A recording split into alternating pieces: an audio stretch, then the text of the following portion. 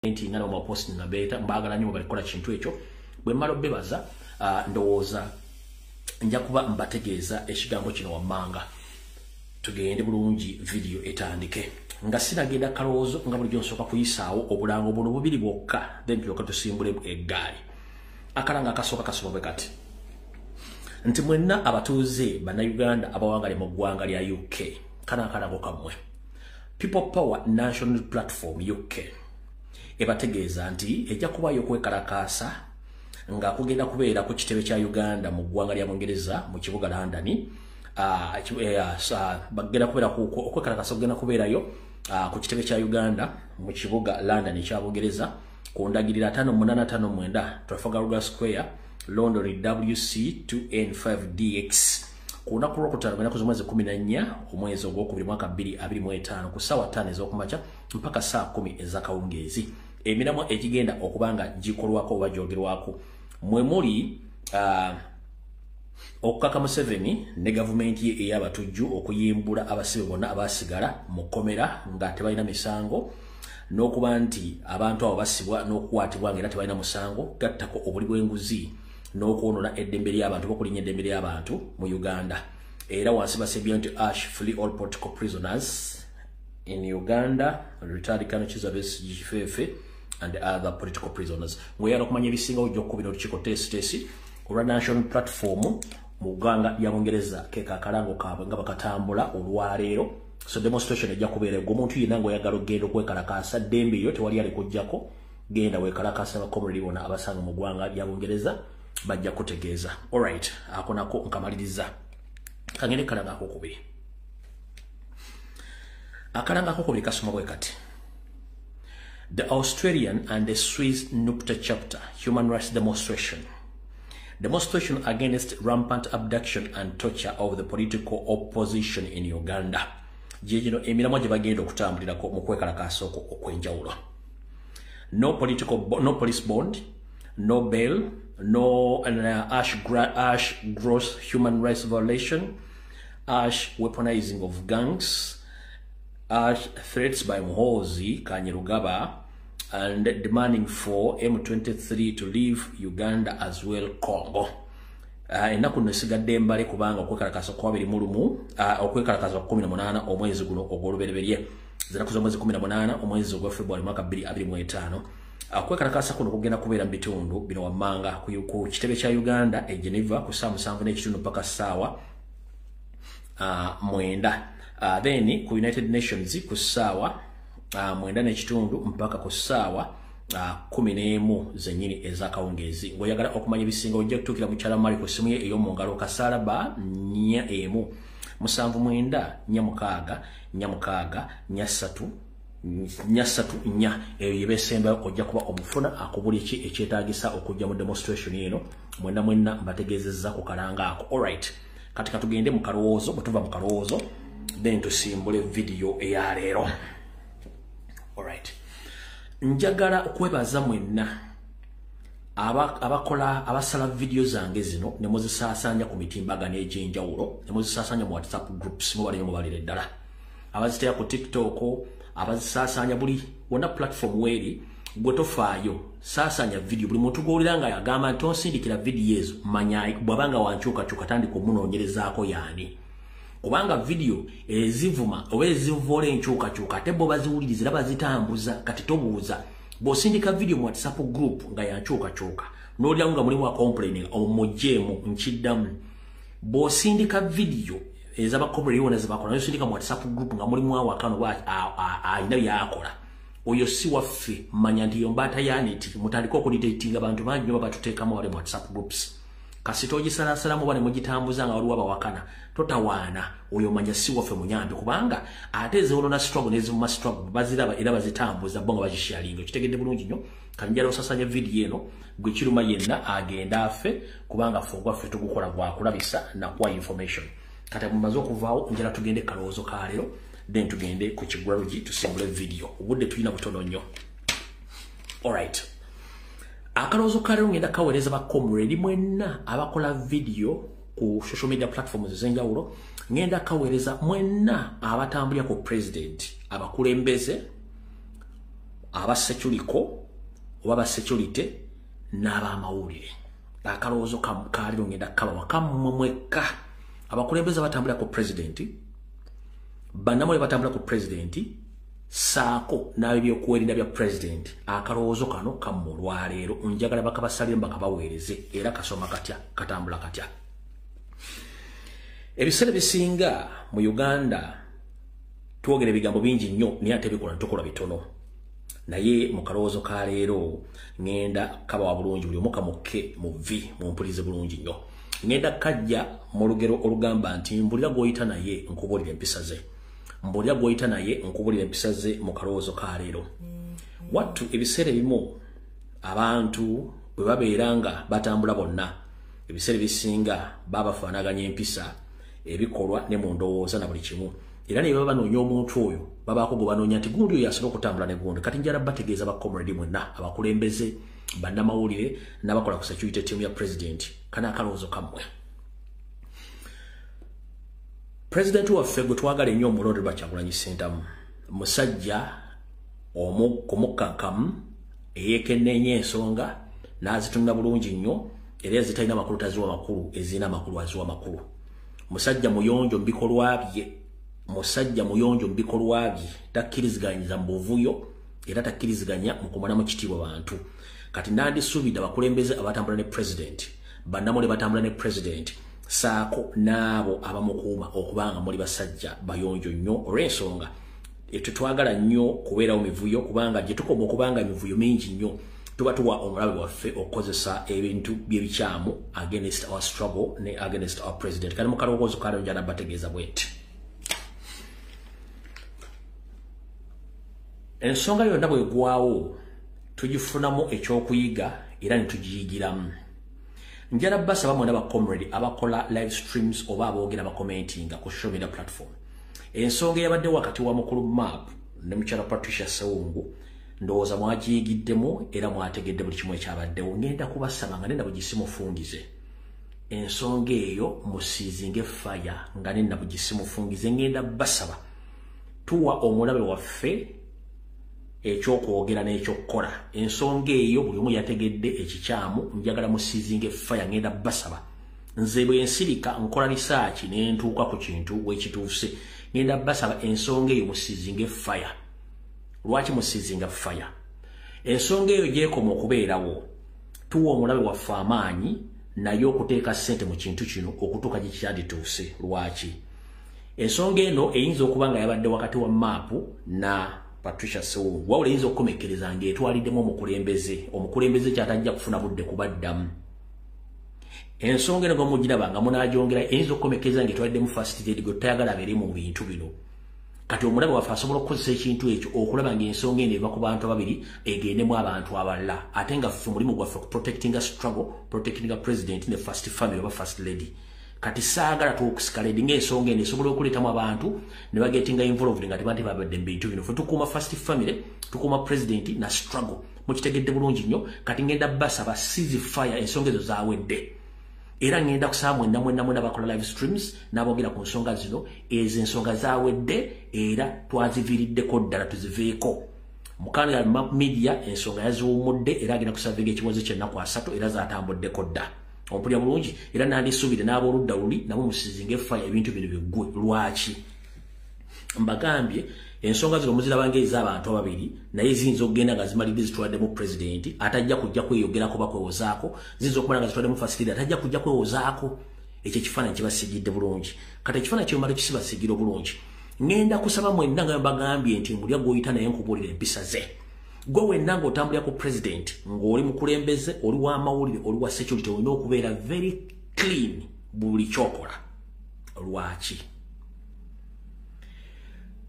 buli kintu bwe kigwawo ofuna okuyigiramu era n'otegeera ani mukwano gwe atali mukwano gwe era otegeera ani muntu atali muntu ani mukyamu ani atali mukyamu one mu video gye nakola ku Sunday nabagamba ekigambo kimu ebyobadde byonna tubirabanga buli lunaku naye ekigendo ekikulu kyabadde nti omuntu eyalinkinga information ya ruling oba ya punishment gye bawa map media ye muntu asinga obulabe mu struggle n'okusinga abantu ba trouble cause oba abantu ababiri nchiddamu omuntu eyalinkinga information okutuuka ku mukolo guli omulala ye muntu obukyemulabe olw'ensonga nti singa tuba tusazeewo tugenda kuwamba Museveni nga tugenda kukola demonstration oba okukozesa ekintu kyonna okujjako gavumenti abaana ne bapreparing okutambula okuva gye bagenda ng'omuntu oyo still n'alinkinga information okutuuka mu gavumenti tekisobola kussa baana bonna nekibamazaawo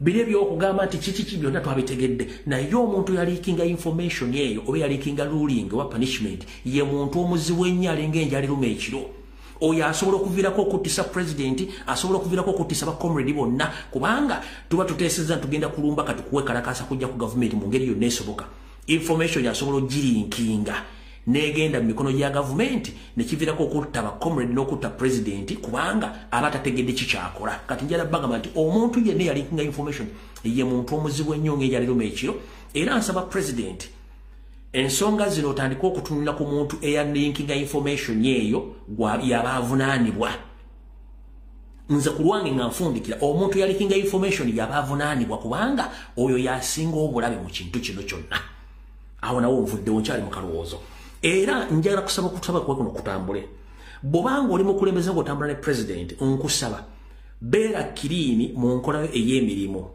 bw'oba olina omuntu yenna ng'ali mu diaspora baliko ground nga yakuwa ensimbi obeeko ekintu ky'omukene notakikola please with immediate effect kiriininga engalo zo ng'obudde bukyali munnama oli atambula ne president bw'oba olina transactions oba okutumwa kuwatuma omuntu yenna ng'ali mu diaspora nga yakuwa ensimbi ze omukolera ekintu kyonna n'otakituukiriza naawe weekwate otuukirize ebintu babadde babatuma mu bitambuze kubanga tetwagala kujja no kumentioninga amannya gammwe mukimanyi bulungi twagala muntu yenna ng'aliranye president ng'oli clean mu nsonga yonna bw'obanga oli wa byakwerinda nga naawe okola ekintu kyekimu naawe twagala obere clean ekintu kyonna ekirimu okutandika okubanja oba okutandika okugamba ebigambo ng'ate olw'okuba toliranye president ate nekisiga ekifaananyi nti abantu ba president balikkirya ekyo nakyo kikyamu kale ngenda kusaba munnabyabufuzi aliranye president obe nga toyina balabbi oba byokwerinda ne munnamawulire kati gwe munnamawulire atambula president bw'oba olina transaction era gy'oli okoze n'omuntu n'otagituukiriza nga era ebintu byakutumye ku ground please abantu abamu basasula ensimbi zaabwe omudeliveringa ebintu bye babasaba azona bali ku security n'abakulembeze abaliranye president please mubeere clean kekabadde akaloozo ka leero then tugenze ku kigo kulwalungi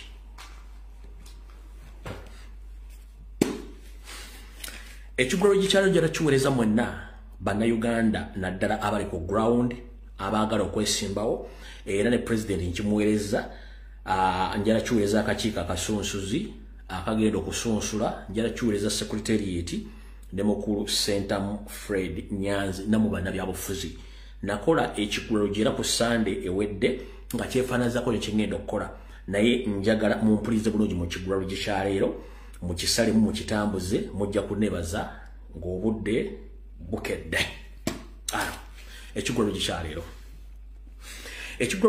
njala kiweereza mwenna abantu b'enkyukakyuka omuli abagenda okwesimbawo n'abo abakulira ebyokulonda mu kakiiko ka national platform mu kitebe kya national platform and people power kati manyi abangi kiyinza baleetera okuba nti mwebuzaabuza ng'abafuka banaaba nga temujja kitegera ne mujja kitegera oluvannyuma kati kankyogere anyiige nenga ge mazima mu kigwaro gikyaleero ngenda kijja mu lufumo oba mu lugero oba mu njogera egamba nti amamese amangi tegeesimira bunnya amamese amangi tegeesimira bunnya olwaki nti buli mmese yonna erimese lyonna liba lyerowooleza okuba nti waliwo ajja okusima ekinnya awo obudde bweyitira ne bagasanga olwagakuba ne bagatta kati mu ngeri eyo njala bagamba nti tuve mu nkola y'olufumo luno oba olugero luno nti amamese amangi tegeesimira bunnya wabula tufune engeri gye twesimbamu obunya tusobole okugyako Museveni nga nabo gisimufungize tutya bwe mba mbagambye nti amamese amangi tegeesimira bunnya olw'ensonga buli limese oba buli mmese beetunuulidde ginnaayo ne yeerabira okutuukiriza obuvunaanyizibwa bwayo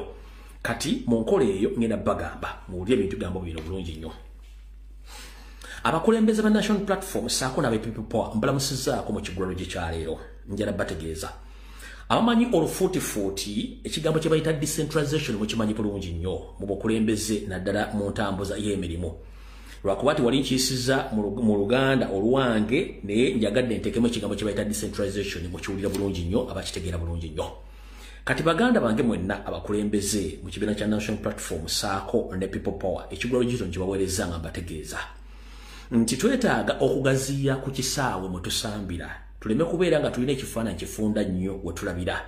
Njagala mugaziye ekifaananyi kyammwe we mulabira ensonga zino. Buli muntu labira ensonga okusukka ku bwenyibo buno oyongereko ekifaananyi kigazibwe lwaki.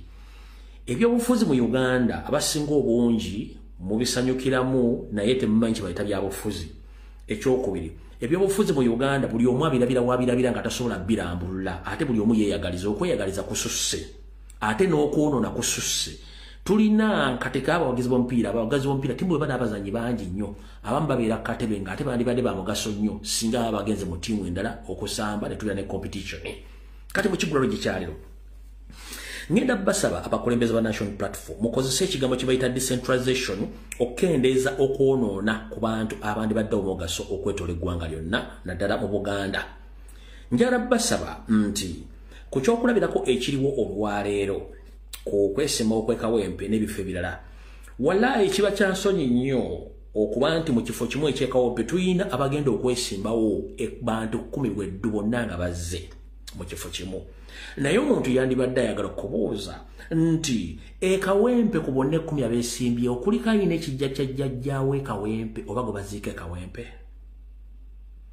Nze mbuuza ekawempe ku bantu bonna 10 mu kifo kimu kuliko omuntu gwe baziika ekawempe nga alina ekijja kya jjajja bamuziika ekawempe? Nedda, bonna basenze obatuuze.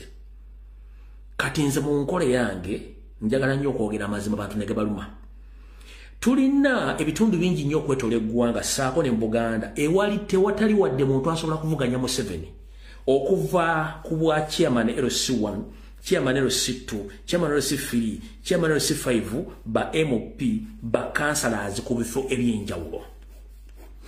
Lwaki baganda bange mwenna kati nga bana bagenzi abeesimbye ekawempe muli abantu bangi buli omu alina omukisa ogusobola okunoonya ekitundu ekirawo osobola okwesimba gye bakuzaala abantu 10 mu kifo kimu. That is bubanchi bunkyogere ntya, it's a total wastage of materials, it's a total wastage of professionals, it's a total wastage of materials. Nyenda basaba mu kawaayiro ka National Platform bwanga temukalina munoonyenge gye mukanyigamu nti okusinziira ku mateeka gafuga National Platform ekifo ekimu kyonna tekisobola kusukka mu bakandidate babiri abakontestinga. Temugenda basaba temuddamu okukwata mpa munfuna akawaayiro ke muteekamu nti ekifo kyonna kyonna ekigenda okwesimbwako tekisukka bakandidate babiri oba basatu. Okubanguyiza emirimu n'okukola kye tuyita decentralization okusindika abantu bagende mu byalo gye babazaala okuba nti basobola okugenda okuvuganya. Kino nkibaddamu lwaki nti Museveni waliwo ebitundu ebimu gy'ayitanga tebavuganyizaako wadde omuvuganyaako ng'alina abantu abali opposite. Lwaki tuwa Museveni time n'afuna ebifo ebimu nga bantu bali unopposite tebalondeddwa olw'okuba tewabadde omuntu abavuganya. Ngenda basaba ekibiina kya National Platform n'amateeka amajja agaliwo mutuyambe nti muteekewo akawaayiro nti ekifo kyonna ekyesimbwako mu National Platform tekisukka bakandidate basatu. Katulina bakandidate 10 naye nga bano bonna tebaziikibwa kawempe, si bannantu tebaziikibwa kawempe, tebalina bijja by'abajjajjaabwe. Naye lwaki tebagenda mu byalo gye baziikibwa ne batandika okukola ground work okuba nti bagenda okujja okuvuganya mu bitundu ebyenjawulo. Ngenda basaba abakulembeze mukole kye tuyita decentralization mukendeeza abantu abangi mu Kampala ekifo kimu at least kibeereko bakandidate basatu bakontestinge oli waakubwa ku kifo ekyo anoonyewe out ewala gy'agenda okwesimba mu kyalo mu suburbs. Bannange tufa muleke tulabisa nti Kampala obyobufuzi bya Uganda tubirabira mu Kampala wano. No, please njagala mukule. Buli omu alina gye bamuziika mwenna abazze kawempe mukola nsobi mwenna gye babaziika gye mbamugenda muve mu Kampala tukole ekyo kyekiyita decentralization tugaziye ekisaawe. Abamanyi omupiira manyi kye bayita okugaziya ekisaawe mugaziye ebyobufuzi mubigaziye. Akawaayiro nkabasabye muteekewo mu kubuwaayiro obusookera ddala ekifo kyonna tekisukka bakandidate basatu bava mu kibiina kyekimu.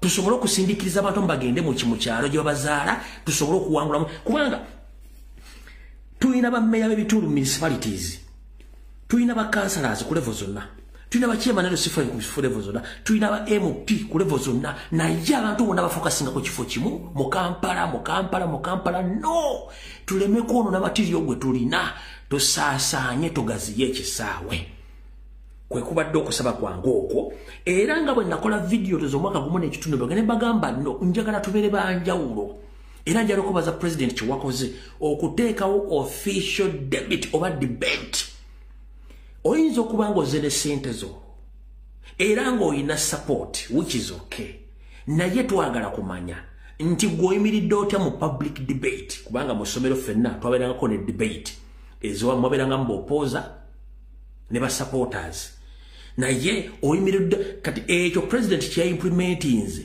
nkyagadde kuba nali nakisaba dda tubeereko ne public debate omuntu ajje bamusimbe wali ayimirire atandike okweyogerako yaani agenda kukola ati asobola okweyogerako si kuwemula kuddaawo osobola okwanalizinga ensonga osobola ozogerako awo tujja kuba tutambula saagala kulwanya mu kigulalugi njagadde kibategeeze nti tugaziye ekisaawe tuleme kwefuutika mu kifo kimu kubanga Uganda nene tewali akuganda gwegenda kwesimba busogo buli muganda tewali agala kwesimba Karamojo obo buli muganda tugaziye ekisaawe as long as nti president yakoneddemu oba ekibiina kikoneddemu period kigulalugi nkigadde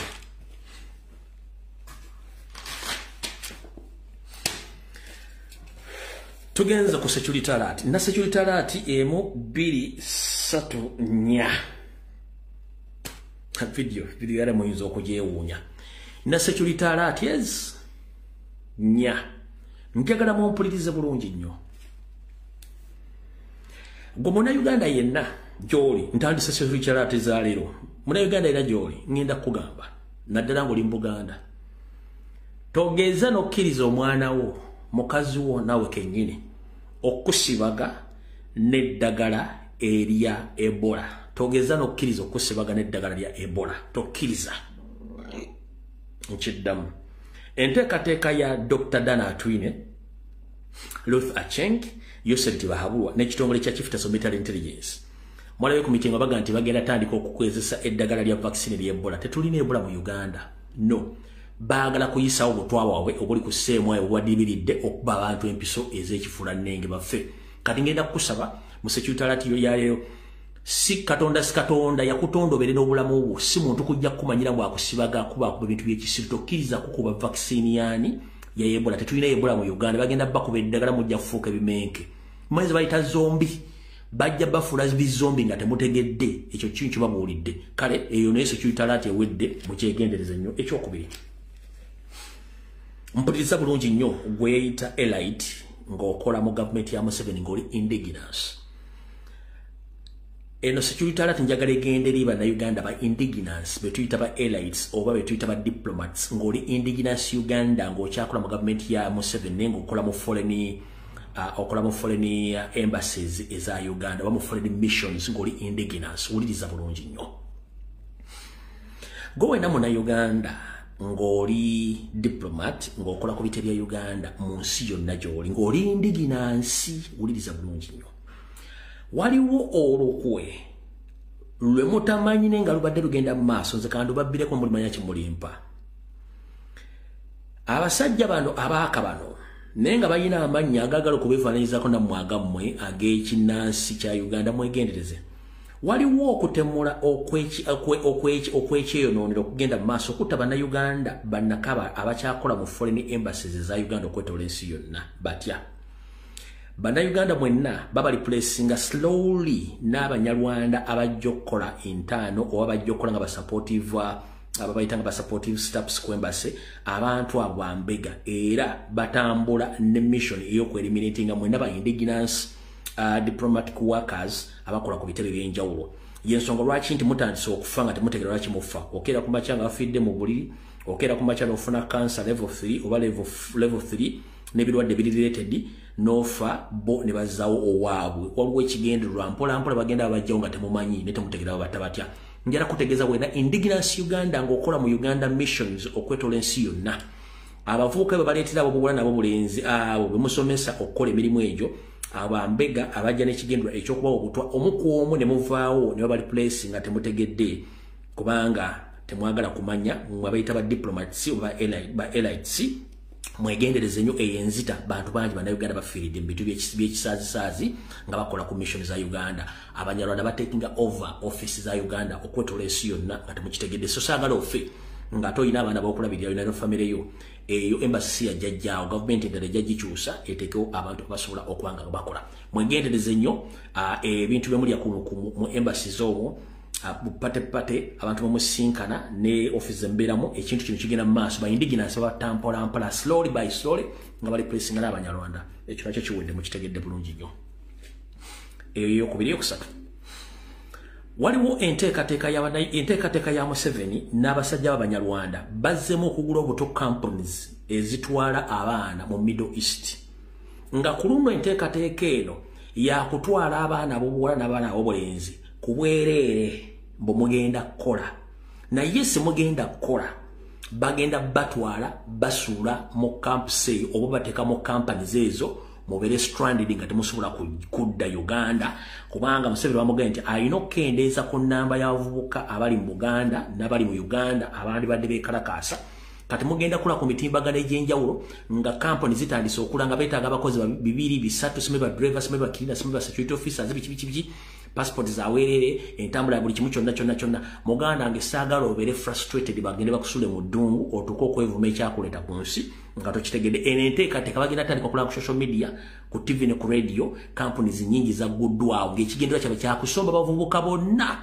abasinga obungi bayiwa mu Middle East nga tebayinaki tebategedde mission yenu jagadde obategeeza bulungi nnyo manye embeera mbi mu Uganda naye Muganda tebakusula mu kateko kotajja kutegeera eno mission yakendeza abavubuka boteetawo mu kalulu kajja oba okuba nti benyigira mu kintu ky'okwekalakaasa ekyo kiwedde nakyo nkitegeezezza tugenze ku yookuna. Alright, gwe Munnayuganda yenna naawe akola mu government office mu Uganda wonna njala kutegeeza bw'obanga oli Munnayuganda nakabala ng'okola mu government office mu Uganda naawe wegendereze nnyo message yo tegenda kwawukanako n'eyabali ba diplomat abakola mu embassy ez'enjawulo okwetoola ensi yonna naawe information yeefaanagana etya mu mpolampola babaleetera abaana mutandika obbasomesa naye oluvannyuma ne babaliivula mu kubaliivula ovaawo either ng'ofunye akato oba kutta busi omwana gw'otrainings oba oyo ne bakufulumya naye ng'oweddeyo amaze okuwa akatwa kale gwe wenna Munnayuganda ng'olindiginansi okola mu office ezo weegendereze nnyo abavubuka batandise okubasindikira nga eliminating one by one ne batekinga over ebifo byammwe kubanga akabano kati kasatira akabano kali mu kutekinga position nenga gakozesa enkola y'obutwa okubanga batta abantu internally nga bakozesa internal parties oba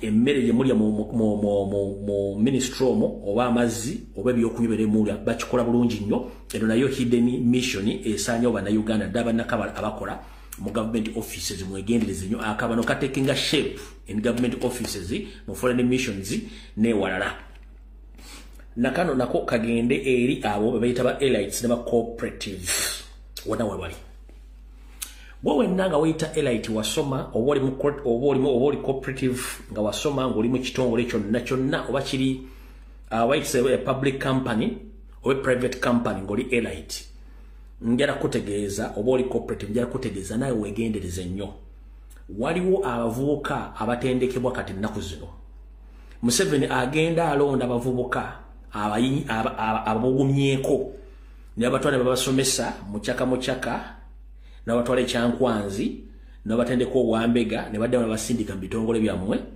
nammwe ne mbasomesa ne mbayigiriza mu kaseera mpawe kaaga abantu ababeera mu community naye ng'ekibaleesaawo kubabega Museveni yadeployinze mu cooperative cooperative y'Abannayuganda bakobe bayita ba cooperative ne ba elite munamu bantu bangi nnyo ababega nga temanyi information bagizaayo ekyo nakyo mukitegedde njala mukitegere bulungi nnyo nakigenda mu maaso mu ggwanga so temwemalaamu temwogera mwegendeze bye mulya na buli kimu security alert ziwedde kati njala tandika video eyatuleese olwaleero zitutera dakika 35 tutandikirewa video tugitandikirewa alright omu ku basajja abadde ne ssente za Uganda lwankubadde mubadde mumanyi nti mugagga Fugge omukulu gwe bayita Aga Khan Katonda amujjuludde ndoza amujjuludde olunaku lwajjo ono y'omu ku bantu bananyini Aga Khan Foundations ezisangibwa mu nsi yonna nga ne mu Uganda mweziri era yenanyini Serena n'ebi companies ebira byonna ono naye Katonda amujjuludde yazala omukulu mwenda 36 afudde 225 yamujjuludde so no kati sente zaffe ezimu nsebezi yabba ziri mu gaayo ono naye ebisigadde bina tujja bifuna nga gavumenti ekyuse Aga Khan Katonda yamujjuludde n'amutwala oyo ne mutegedde bulungi nnyo saagadde mubeere nga mukola ki nga muleme kutegeera nsonga ezo mwena mujjukira bulungi nnyo nti Uganda yasayininga endagaano ya Standard Gauge Railway omwali eggwanga erya Tanzania, Kenya, Rwanda ne South Sudan naye ziri ensi ebbiri zo zaamaliriza dda almost zigenda kukola kumaliriza fe Standard Gauge Railway yafa tekyakolako buli kimu kyafa naye munabataddeyo ka video jo nga rail line oba oluguudo lwa train olwolekera waggulu mu mambuka ga Uganda Pakwach nga luli mu mbeera mbi kubanga iyo train tekyagendayo kati embeera nga bweri mu Uganda era oluguudo nga embeera mu Uganda nga bweri oluguudo ono bwe luli oluguudo lwa Uganda Uganda Railways olwambuka mu mambuka ga Uganda nga luyita ku muggookero gw'ennyanja Nile ku mugga Nile nobwetyo embeera gye lulimu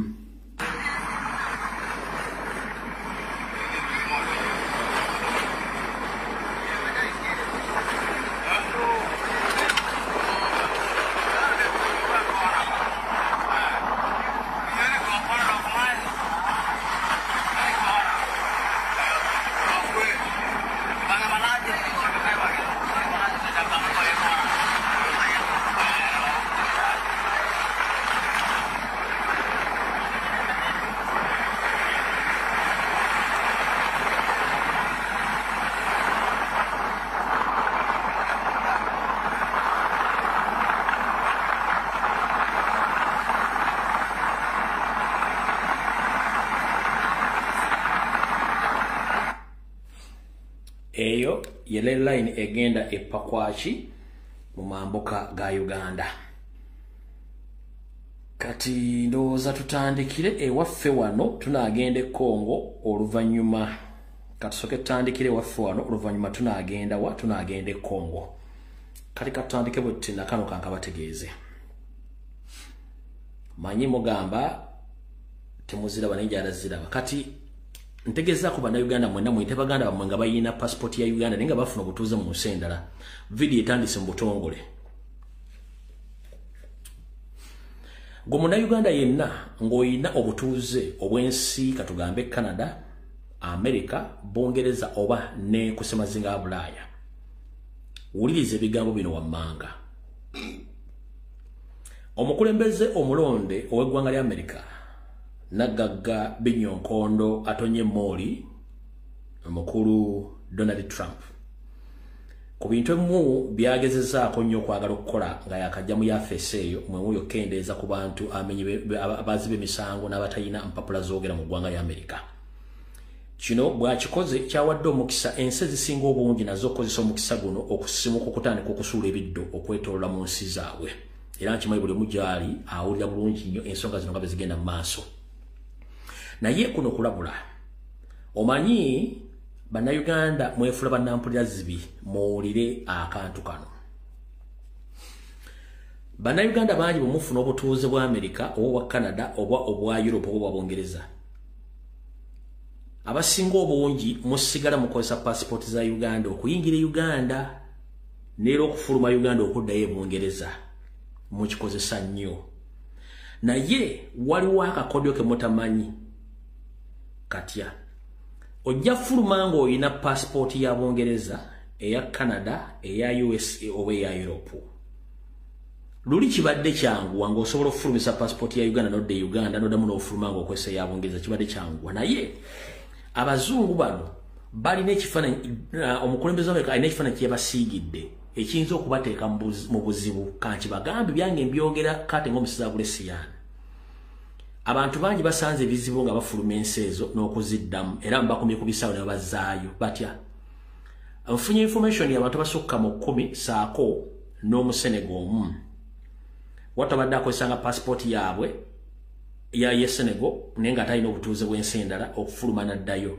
naye batandise okubuuza nti ova mu nsi ki nti va mu Uganda ova Uganda nti ye kulikayo nti ye naye nga wakozesa passport ya Uganda kirabika passport yaffe togyagala y'ensonga lwaki okozesa passport okudda Uganda bw'osanga omuzungu nga musoseze mu langi akawayo weekali akasobola okukola ki okujjako passport eyo n'agisazaamu ne bakuteeka nayo ku nnyonyi eddako n'oddewo mu Uganda kati ndi wano okulabula oyinza kitwala nga kituufu oba oyinza kiwakanya ne kijja kumala kutuukako olyoka otegeere nkiddamu abantu bangi okuva omukulu olwo yayingira mu ofiisi bakyusizza embeera zaabwe ensi ezo ngenda kukusaba nga olina passport ya America gy'oba okozesa okuyingira Uganda n'okugifuluma Uganda bw'oba olina passport ya Canada kozesa passport ya Canada okudda Uganda n'okufuluma Uganda okudda Canada bw'olina ya Bungereza aziwewo n'oba olina ya nsi ya Europe kozesa eyo passport za Uganda zijja baleetera ebizibu abasajja bakaaye one akugamba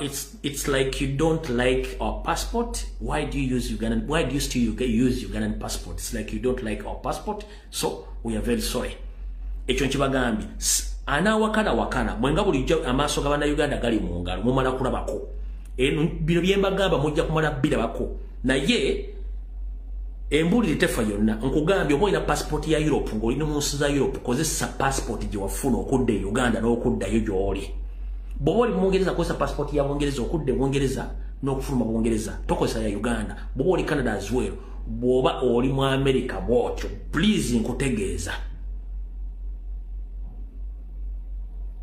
abantu bangi baddiziddwayo mu nsi zaabwe kakusomere kano ka message okategeere to all you Uganda dual citizenship please note FYI please read the US passport holders. An Ivorian woman was caught and denied entry to the United States because she left the country without a visa, using a Ivorian passport to enter Cote d'Ivoire, and then attempted to return to the USA with the American passport. Apparently, the migration officer asked her how she entered Cote d'Ivoire, and then she replied that she used an Ivorian passport. The officer confiscated her US passport, telling her that she did not need it if she was using her Ivorian passport. Legally, the officer was right. The US law states if you are a US citizen with multiple passports, you must use your American passport to enter and exit the United States. Previously, many Africans ignored the rule, but under the Trump administration, which has strict migration policies targeting even legal migrants from Black South Americans and Asian background, the migration officers are enforcing the law more strictly. The migration landscape has changed significantly, and previously overlooked practice are now being strictly punished. Please warn everyone you know who engages in practice to avoid troubles. Mukitegedde bulungi nnyo. Awo nawo nvuddewo saagala kulwawo. Saagala kulwawo. Kati katugende ku information eyatulese entuufu. Awo tuyise obuyisi.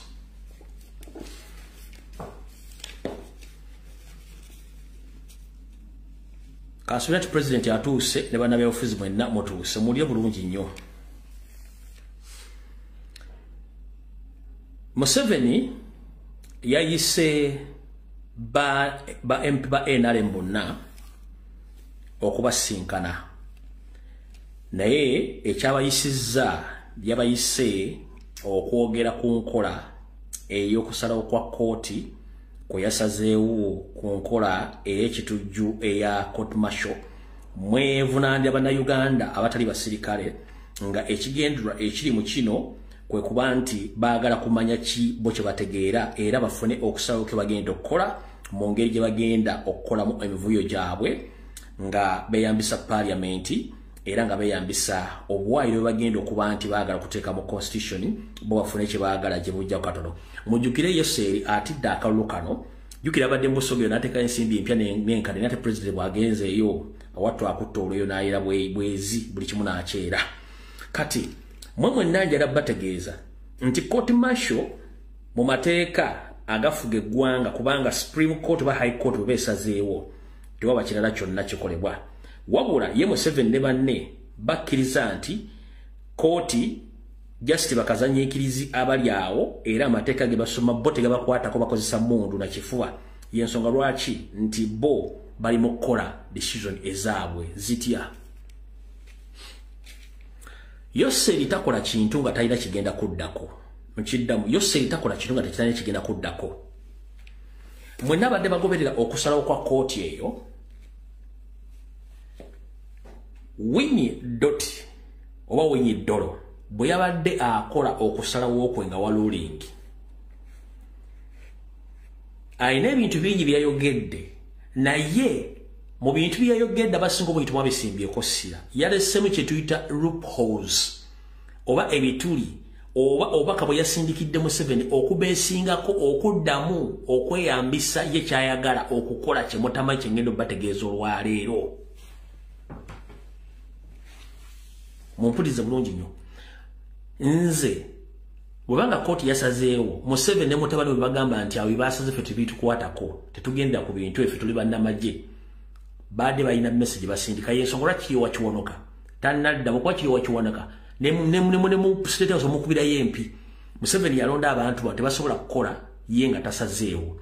Kati mumpulira bulungi mwenna abaagala okulonda abaagala okukola kiwaliwo ekipya kye mutajja kutegera kanki bagamba olwaleero nze ogwegwagulabisa. Mujjukira ku Sunday liba ngenda kujja ne program ng'erina family gyegenda okuyamba ne bannamwandu nene gikyusizulwa information nga saagala biyitewo nga temutegedde. Kati njagala bibategere mbitegere bulungi nnyo. Mu kusalawo kuno kooti bwe yamaze okusalawo ng'esalawo okulonda okwo kwabadde ruling eya ejereza bannayuganda bave mu kooti ezo eno yabadde ruling naye nga nali nabibagamba dde bigenda okuva mu yadde ruling. Wulira bulungi nnyo kaddakiika 3 then mbawo information kano kaddakiika 3.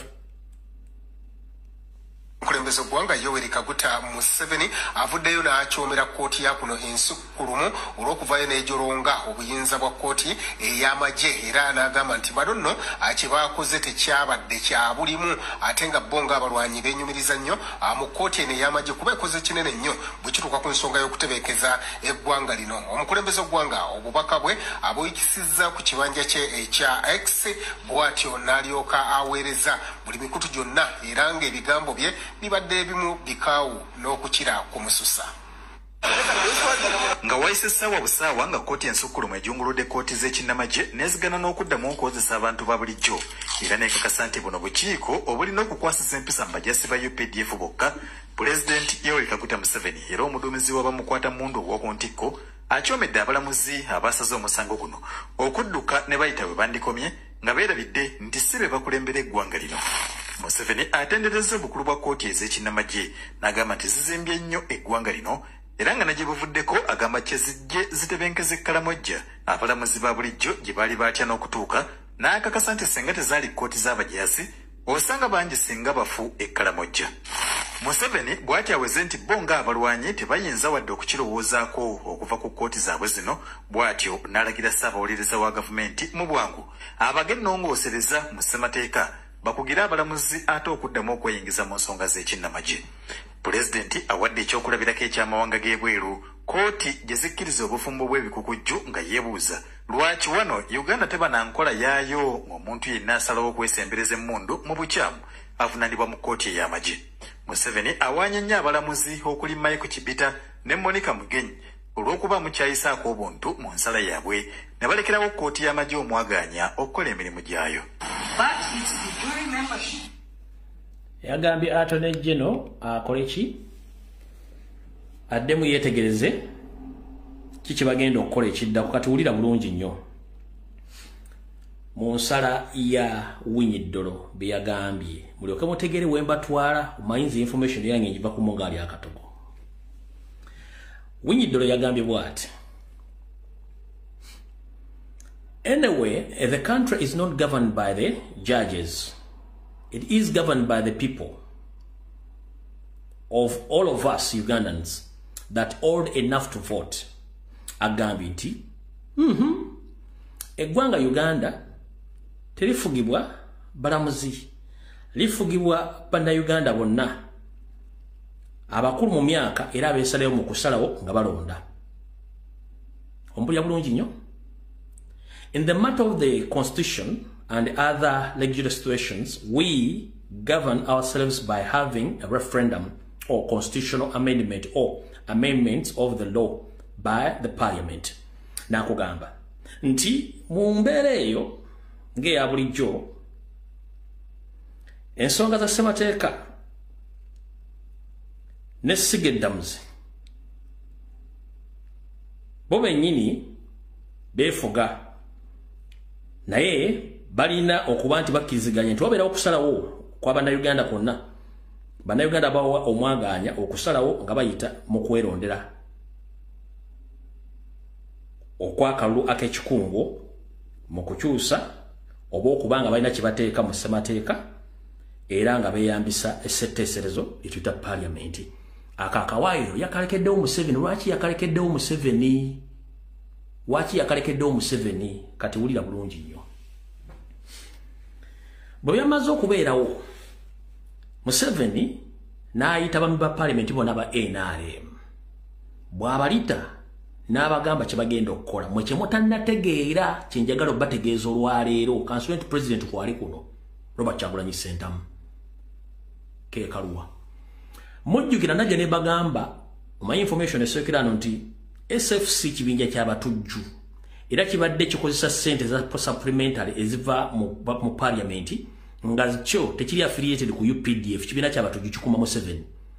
Kati Museveni mu kimpukumpuku yayagala SFC badde mbagigatte ku UPDF nga beewala singa abawo akataba ku UPDF esobola okukozesa omukisa okuwamba eggwanga nga SFC tesobola kwerwanako olw'ensonga SFC tesobola kukola ki kwerwanako, oba singa SFC ekozesa amaanyi neewamba eggwanga UPDF esobola okugenda against SFC ne beekuba nga kubanga SFC wambye eggwanga ekozesebwa Museveni bamuhoozi UPDF yeruwo ku lw'abantu basobola okufuna obutakkaanya ate SFC nekafiramu ne Museveni. Kati Museveni n'asalawo bakola amendment badire SFC bagiteeka mu UPDF babenga bali ekintu ekikimu. Mujjukira bulungi ne bagezaako kitale parliament songa ne kigaana. Kati kiki ekibagenda okukola? Wuliriza bulungi nnyo wano. Museveni apulaninga akimanyi bulungi nnyo. Report gye nabagamba gye yafuna mu November ne December bamugamba muzeeyi tosobola kuwangula kalulu kajja ne bw'okola otya. Tukoze visibility study ku ground toyina wogenda kujja kalulu ali naye akimanyi. Kyobona nti esaagiro ali mu campaign ez'amangu bagenda otuukire mu kalulu either ng'amaze okukola byayagala oba nga takyasobola kutambula nga kino kyeyatambula kyagenda okukozesa. Kati kyagenda okukola kyekiruwa wano mu nsalawo ya Winidol yaleseewo akadinisa. Temwategedde akadinisa aleseewo kaaki kaakano wano. Museveni bw'ayita bami ba parliament aba NRM bagenda bonna bagamba nti momenti mukimanyi tetulina ground work mwenna ne gavumenti bwe tugenda mu kalulu bagenda tukuba ekyo mukimanyi bulungi nnyo nti ye ne tusobola okuteekamu ekijinji ne tusigala awo ngenda tusobola okuteekamu ekijinji nga tuyita mu mateeka ne tusigala ekijinji kyekiruwa. Oluvannyuma lwa kooti ensukulumu okusala nti kooti masho ekola bumenyi bw'amateeka okulivunaana abantu abo, Museveni agamba nti agenda kukola ekisoboka kyekiruwa. Wano Museveni agenda yayise NRM caucus bambe parliament n'abayita n'abagamba kye bagenda okukola kyekiruwa kyekino. Agenda kuddira bambe parliament bano abasindike mu parliament batandikire babereko article gye batriggeringga baleeta amendment eyo gye bagenda okuleeta mu parliament. NRM egenda gisupportinga wepo n'enkwezenge ziri mu opposition ng'egamba etya ng'egamba olw'okuba nti kooti yasazeewo nti court martial eriwo mu bumenyi bw'amateeka ate nga UPDF ng'ejje liriwo mu mateeka. Kati kye twagala okukola kino kyekiruwa nti twagala tuleete ku amendment mu parliament bwe tuleta amendment mu parliament kenyini ekkirize baba parliament ba debating ku act eyo oba amendment bill ba debating ko oluvanyuma bwe bakkiriziganya bonna nti bill eyo etekebwa mu nkola kubanga bayina okutriggeringa Ssemateko mukwatamu batya bwe batriggeringa Ssemateko mukwatamu kiba kigenda kuwa olukusa Museveni ne banne okulemezaawo court martial ng'eri mateeka ng'abantu bagisaliddewo bo nga basazeewo ng'abantu nga baba bulijjo kyekiriwa kati banaleeta ekintu ekyo mu parliament NRM egenda kisupportinga kati yo NRM ng'eyita mu speaker bagambe nti Museveni bamuwadde time emala alonde akakiiko aka Constitutional Review Commission akagenda otula mu nsonga emu atikeyo gye baagala okukola babbiru gye baagala okukola akakiiko ako kati Museveni olwokuba nti ye mbuye fountain of honor alonda akakiiko ako aka Constitutional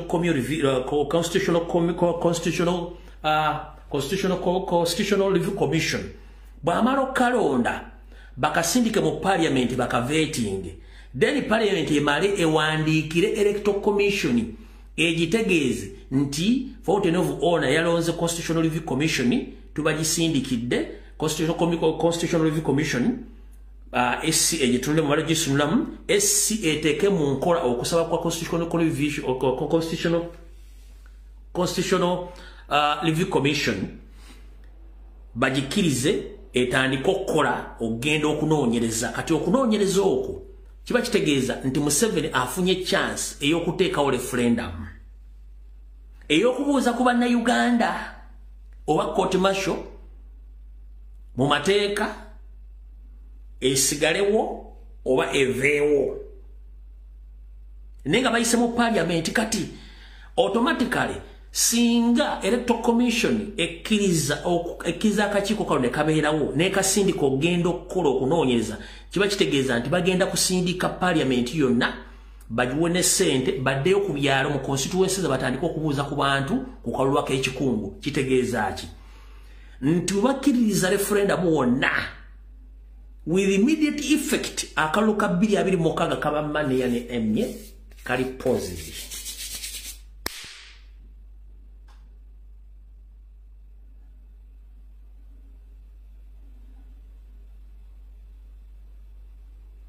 The moment Electoral Commission ekkiriza Museveni byabasazeewo ne parliament akaluka 2026 kali kabera pause nga kajiddwawo for more 2 years kitegeeza 2026 bagizinzeeko nga Museveni asigala mu office ne parliament ena ababbi bonna nga basigala emyaka emirala egi kye bali mu kubala essaawa zino mwete mwakitegedde mubeerawo nga mulaba badaddeko ebiwigi by'endiga basoma agantu balekawo obuwaayiro obutegeeza Museveni nti osobola okuyita mukana akadinisa bino byonna bye baddayo bana okubavuma eyo na firimu zabadde firimu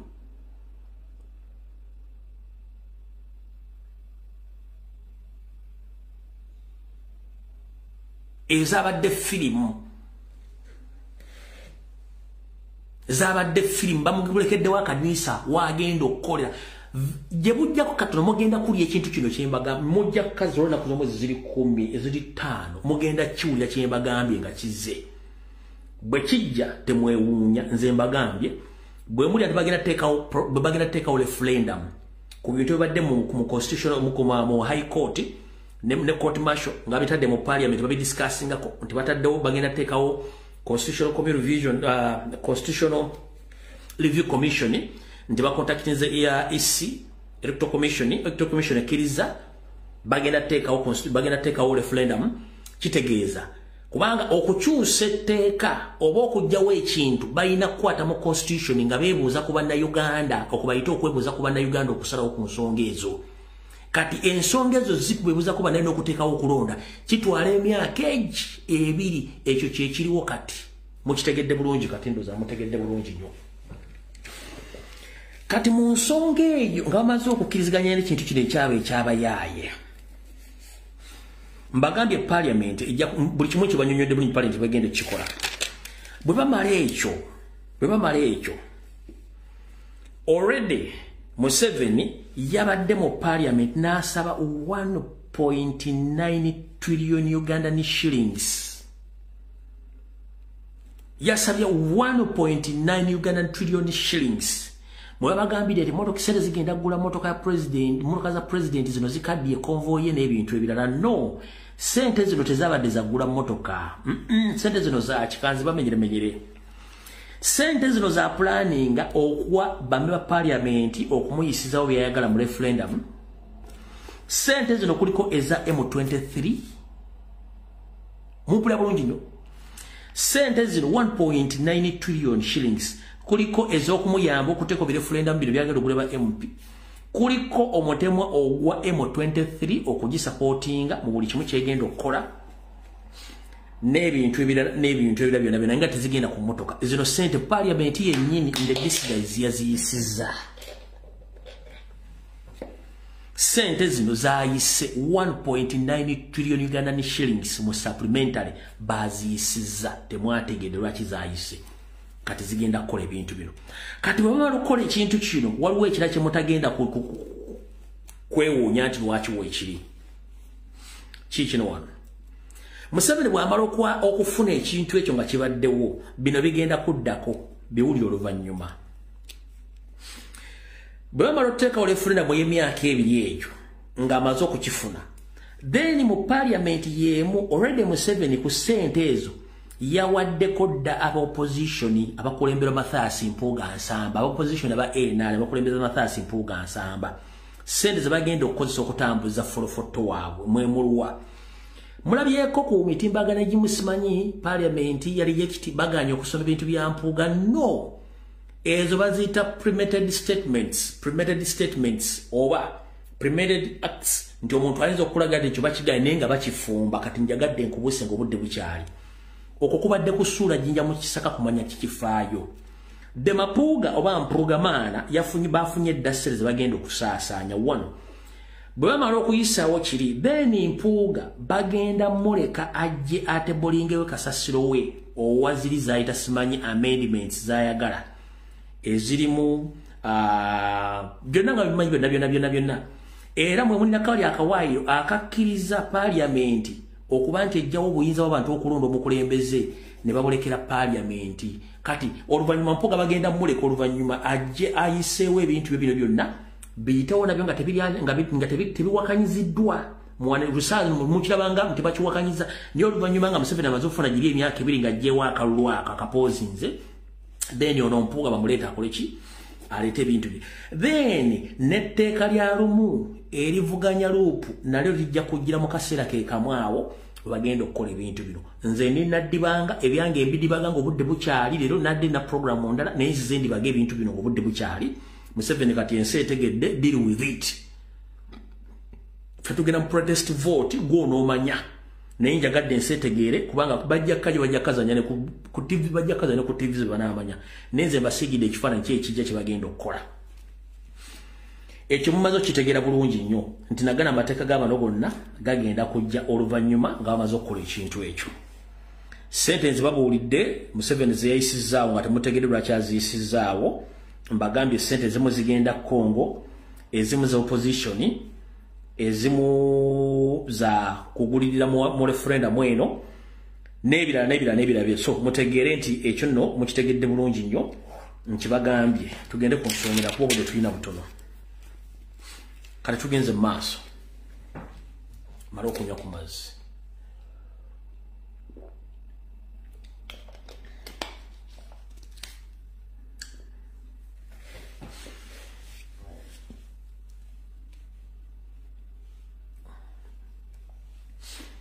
atategedde kintu kikyemu kusomesezebwa kye mbagambye mu nsalawo ya high court baleseemu emiwaatwa Museveni mwasobola okuyita okukaayana era mu kukaayana kuno webaleetedde akanyomero kano mu nsala ya high court kanka basomere mu luzungu kaluke mukategeeza muyinza okategeera gamba bwati. Anyway, the country is not governed by judges. Nti ensi tefugibwa balamuzi. It is governed by the people. Ensi efugibwa bantu. All of us Ugandans, bana Uganda mwenna, that are old enough to vote. Mwenna abaina emyaka ejesalira ejironda. In the matter of constitution and other legislation, we govern ourselves by having a referendum. Olwayogera ku referendum ekujira kino kyenda kugambe kyenkusomeseza kyenkugambe ndo kitegedde ubalekedde omuwato mukano kati ono ina katemba gumula bwa kiro ekyonoka Museveni simanyi high court yonna kasasiro kati mazo babyo mu muna amanya awo nvuddewo zomutegedde bulungi nnyo Loza mutegedde bulungi nnyo kati gende ku nsonga endala. All right. Abasinga obungi mulina ebintu bimula ku social media mutabitegeera kambi banyonyola. Information eyafulumyeko mwagira bedda ku mitimbagano egimu just ngenda kukola kwongera nabaga nti information ebe efulumye sijoogerako wabula olwokuba nti njagala obbawa more about that information katika nyongereko bwongezi ku gye baafulumizza mbongerereko. Monkola ey'okubuzaabuza n'okumalamu abantu amaanyi n'okufuula abantu abasiru nga bwe nabagamba nti Museveni alina enkola ey'obutanaaba n'awunya wabula bw'awunya ennyo ng'agenda agula perfume nga yeefuuyira. Mu nkola y'ebyobufuzi abantu bamunenya ku kintu kye yandibadde akola akibikkirira lwakiri ne kivunda n'akifiira wano mu kifiirwa mwonna y'enkola ya Museveni. Yoseri ali mu kusikwono n'ensimbi z'omuwa omusolo ng'aziteeka mu bintu ebitagasa gy'obeera nti ate ebyo bigenda okujja ebizibu. Muganda wange gw'atayagala kunaaba naye ng'ate weefuuyira perfume okuwunya tekujja kuvaako okuwunya kujja kusigala ku solution eba yakunaaba. Ffe bali ku mitimbagano kuno ekituwalanya ekitunoonyesa kuba twogera ebintu Museveni by'atayagala abantu bawulire. Yensonga lwaki etteeka abantu ab'ewemula abeeyambula okubajja ku mulamwa n'okuteeka obunja bw'abayaayi okubalooza nti basinga okutegeera. Ne muganda we Salimu Sale ki kye baakoze kye mubadde temunnategeera mpuliriza bulungi nnyo nga twolekera akalulu ke bamaze okutegeera nti basobola kukawangula. Bakimanyi bulungi nnyo ekigambo protest vote kye twogerako bakimanyi era bali mu bweraliikirivu. Ki kye baakoze oluvannyuma lwe twakuba gurupu zaabwe ezaddamulira eza ghetto ze baali bakuliyeetinze mwalabyeko omukulu omu ng'agenze ku poliisi asinkana abanene oyo omuvubuka gwe bayita Lion Skin mwamulabe ng'agenda ewa Nalweyiso agenze ku poliisi enaggulu asinkanye abanene bangi nnyo abasinkanye. Ne mwagenze okulaba nga Palaso basinkanye babonze mugenze okulaba Fiki Gaza basinkanye balina agaboozi ge banyumya. Kati njagala osookoddeyo okwata obutambi obwonna bonna obugatte kati tugenda mu logic. Nabagamba bwe kiva mu ataake eri yaliwo ekiddako kyonna ebeera diversion njagala mbe loud and clear. Nabagamba bwe kiva abangobera mujjukire nabagamba nti bwe kiva mu ataake eri yaliwo byonna bimugenda okulaba ebiddako egenda kubeera diversion. Here we go. Omanyi nze sita kibe nga sina kikenenya ndusu.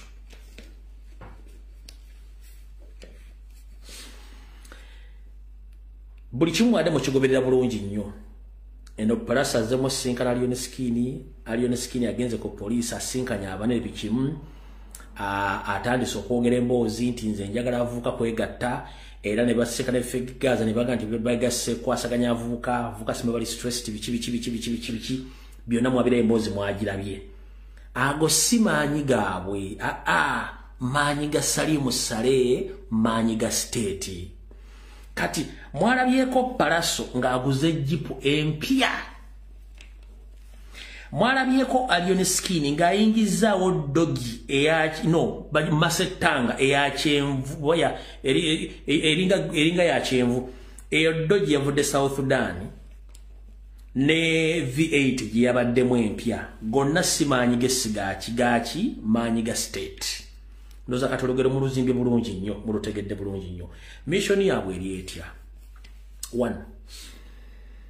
Salimu Sale n'abantu be bagezaako nnyo mujjukira ekintu ky'amayinja kyeyateekawo moro for peace oba peace for peace moro for moro kana bano babawadde projekiti eyo eruwa babaguziza emboozi bajje batule mu kamera bagende nti mwana mulaba entalo tuzikooye tetwetaaganya bavubuka kuddawo nga bali idle twagala okunganya avubuka tubabulira ki ekyokukola ebintu by'okubeera mu ntalo n'okukola effujo n'okulwanya entalo za byabanafuzi tebitukwatako twagala kunganya avubuka kati tebakikola kuba nti baagala no baagala kukwasaganya avubuka bonna mu ghetto mu Kampala mukono ntebe wa Kiso babakakkanye babateeke mu control yaabwe babe nga avubuka tebasobola kwekalakaasa.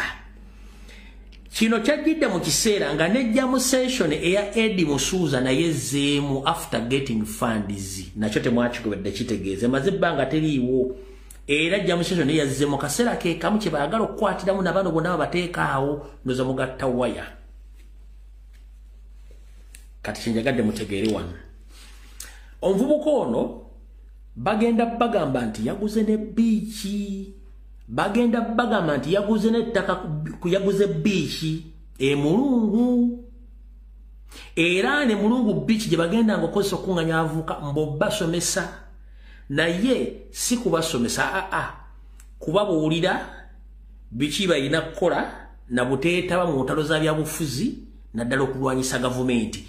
Ettaka lya Mulungu lyonna state yaligula basalimu sale baligula so etalina sale zigula ttaka Mulungu yonna project yani ya salimu sale okubazanyirako obutambi buno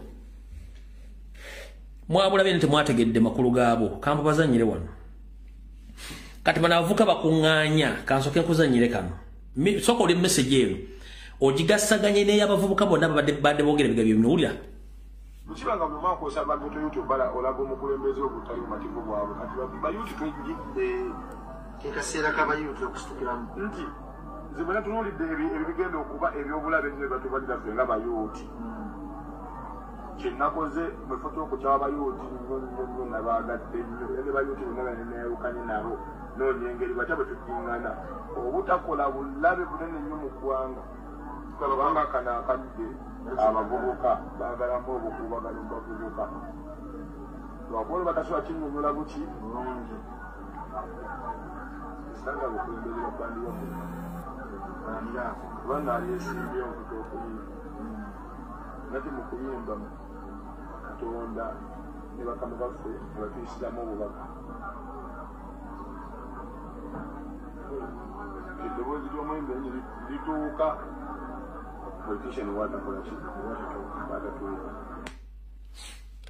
opikinze message embadde nkugamba ogipikinze nkakuddiramu akawulire bulungi njagala ogatte ekigambo ku kigambo ku bye nkugambye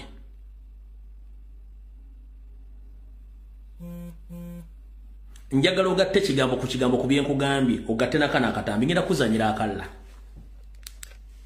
lwakuba nti bakalikodingidde wansi njagala owulire bulungi nnyo Mchibanga mumako osaba goto YouTube bala olago mukulembeze obutali mativu bwabo kati ba YouTube twigidde kekaseera ka ba YouTube okustukira nti zimana tunulidde ebigenda okuba ebyobulabe nnyo batubalira ffe nga ba YouTube kinakoze mwefoto okukyaba ba YouTube nnyo nabagadde nnyo ene ba YouTube neewukanye nabo n'onyengeri batya bwe tukingana obutakola bulabe bunene nnyo mu ggwanga kubanga kana akadde abavubuka baagalamu obukubagano bavubuka lwakuba batasobola kinnyonnyola buki bulungi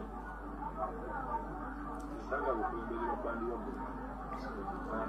kubanga alyesimbye omuto okuyimba nati mu kuyimba Katonda ne bakamu baffe ne batuyisiramu obubaka ndozo kitegedde kati ekizibu ekiri wano kiri bwe kiti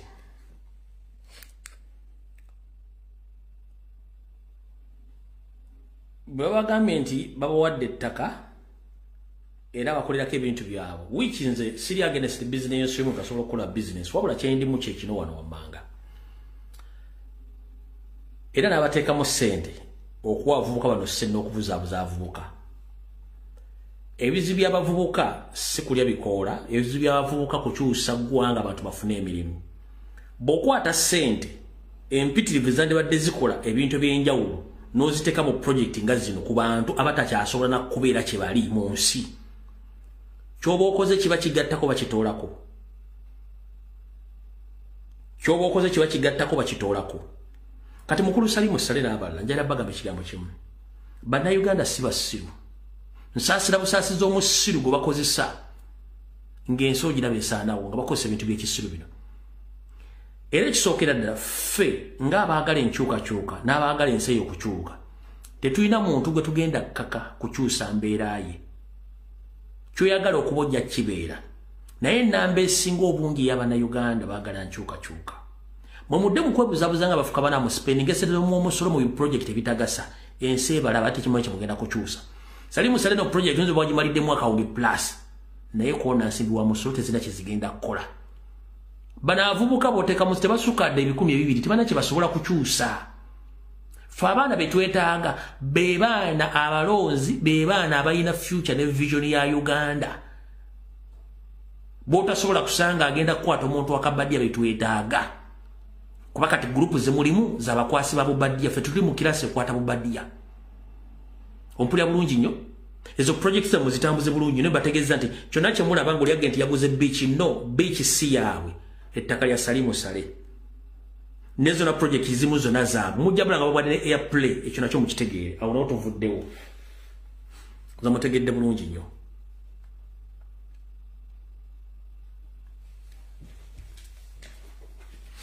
njagadde mukitegeere kubanga buli muntu alina okumanya wa alina okukoma kubanga bano kyebaagala okukola kwe controlling population y'abavubuka nga bayitamu eyo project sitera nnyo kuwa bantu bano budde naye njagadde obategeeza project eno ebeere mu pipeline nga mugitegedde bulungi nnyo naye kirala ngenda beegayirira nnyo bacomrade mwenna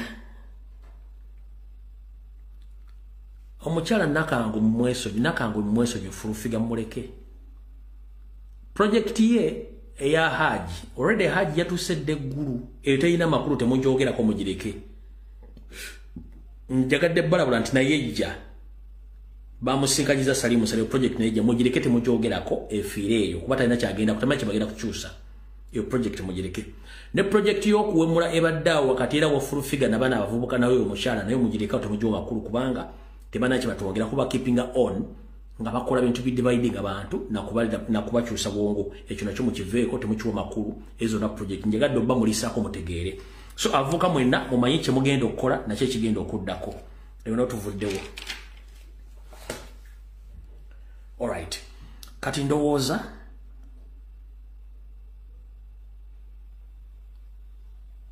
nga tetunagenda Congo katusooke wano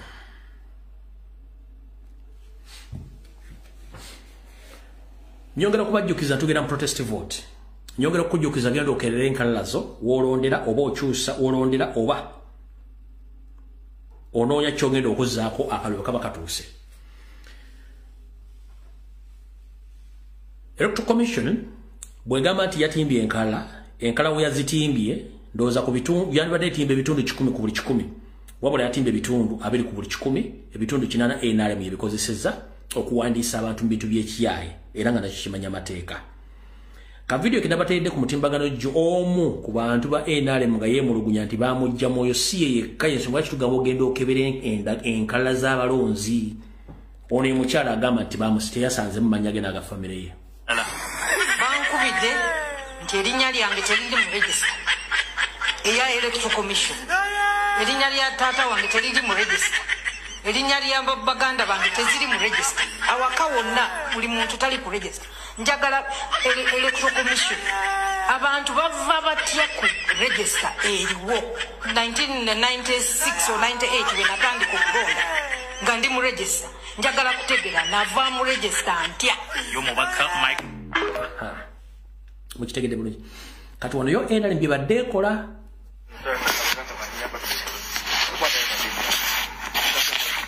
kakati wano waffe waka wenzaliwa twali tutambula abakyali bange bano ne bampita ne banyimiriza ne bangamba ne mbabuuza mwamaze okwewandiisa mu bitabo okufuuka abalonde ne bagamba twamaze ne bangamba mulondera wa bandeeta wano mutimu balondera wano kyalo bakiyita balya nange nange etu wano balondera wano kakati wano banga balondera wano kitegeeza register ya electoral commission erina okubeera wano register ya electoral commission webanga erina okubeera wano ati kati baleesewo ya NRM kati eriwo kati baconfusing abaana baffe aba national media platform abenkyukakyuka ne bawandiisa mu register ya NRM bategeere nti nabo bamaze okuwandika kati nze wano okugamba bonna abali eyo nga weewaana nti oyaga weewandisiza kebeera ligeseeyo nga ya electoral commission oba ya NRM oba ya NRM genda osazeemu erinnya lyo genda ononye ya electoral commission entuufu ya general election nekyo tukivumirira abateekateeka by'obululu nti kino kikyamu nnyo wano wetuba nga tuli kuapdatinga ligesa gyaffe nga kuapdatinga general election ate temuli confusing n'ebintu byanera mukuba tutubiremu mu NRM tuli ba national inter platform tuli mu nkyukakyuka emesigi njagala okuyisaawo etuuke paka ku president Vincent Kyagulanyi Ssentamu. Alright, kati eddakiika esigaddeyo katukkirire e Congo naye nga tetunakkirira Congo. Omumpembo ono era alina gye yabadde mukulu Mpuuga ne Mapuuga alina gye yabadde n'ayogera ebigambo bitakwatagana ng'agezaako okulengeza my president bwe yabadde ku kitebe ku lunaku lwa kusatu ku Monday if I'm not mistaken byakoze press conference.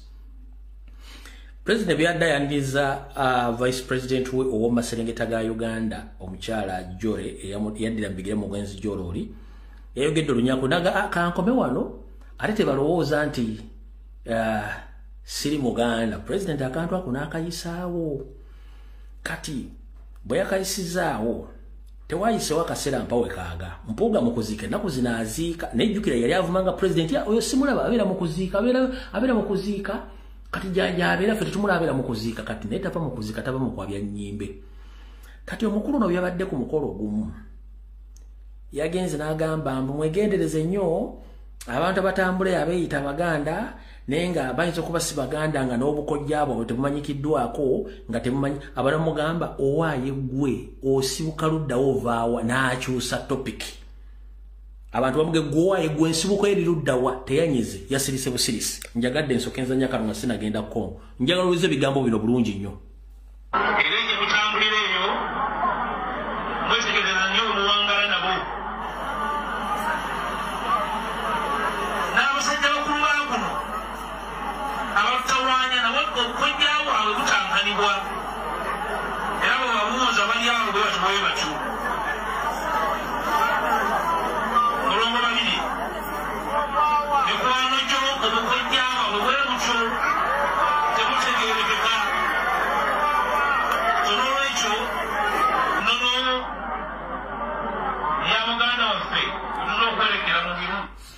Bamubuuzizza gw'ogwawa era ovaawa n'akyusa topic. Mukulu Mathias Puuga Nsamba ataali okutambulira ku sipira y'amenvu Obuganda tebabwesibaako era tebabwambala tebabweyita. Obuganda bubabuzaale ate Obuganda babwakulanya.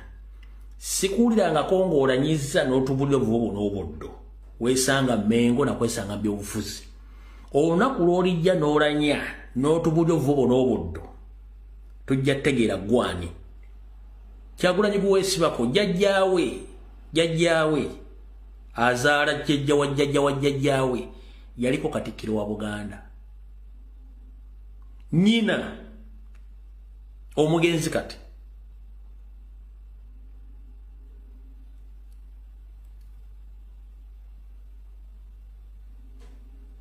gw'omanyi obulungi gw'obuuza obuvu n'obuddo bwa nnyina. Nnyina omumanyi bulungi nnyo famire gy'avaamu ey'omutaka lw'omwa eyaterekebwa gye buvuddeo katono.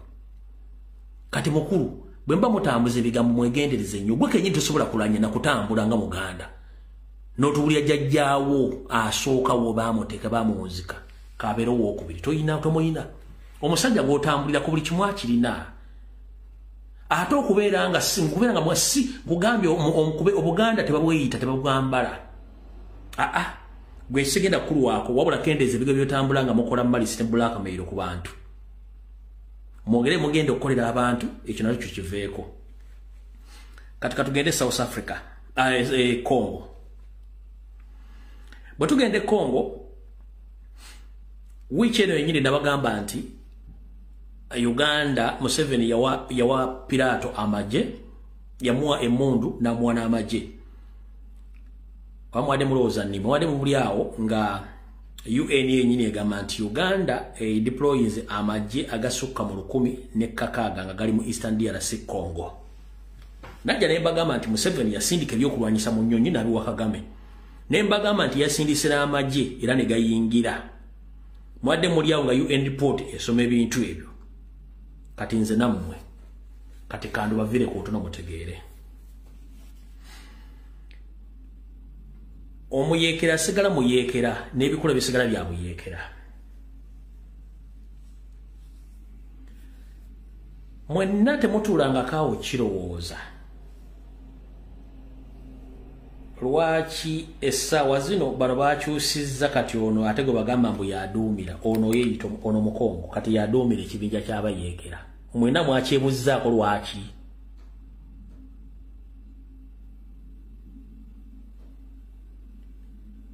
Oyo nti kati yerebo leader oyo Mukongo kati mbu yerebo leader. Ekyo mu luzungu oba mu lutalo olw'amagye bakiyita proxy.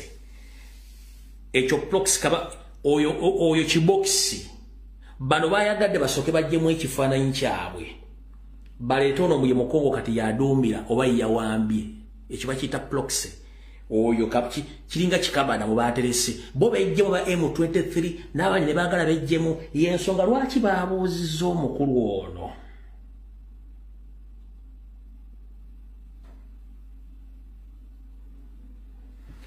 Yensonga lwaki baabuuzizza omukulu ono ulira bambuuza Kagame olina amagye Congo nanga bulia bwe yazzeemu. So let me ask this directly, Mr. President. Today on the 3rd of February, does Rwanda currently have any troops at all in Eastern DRC? I don't know. You're the commander-in-chief.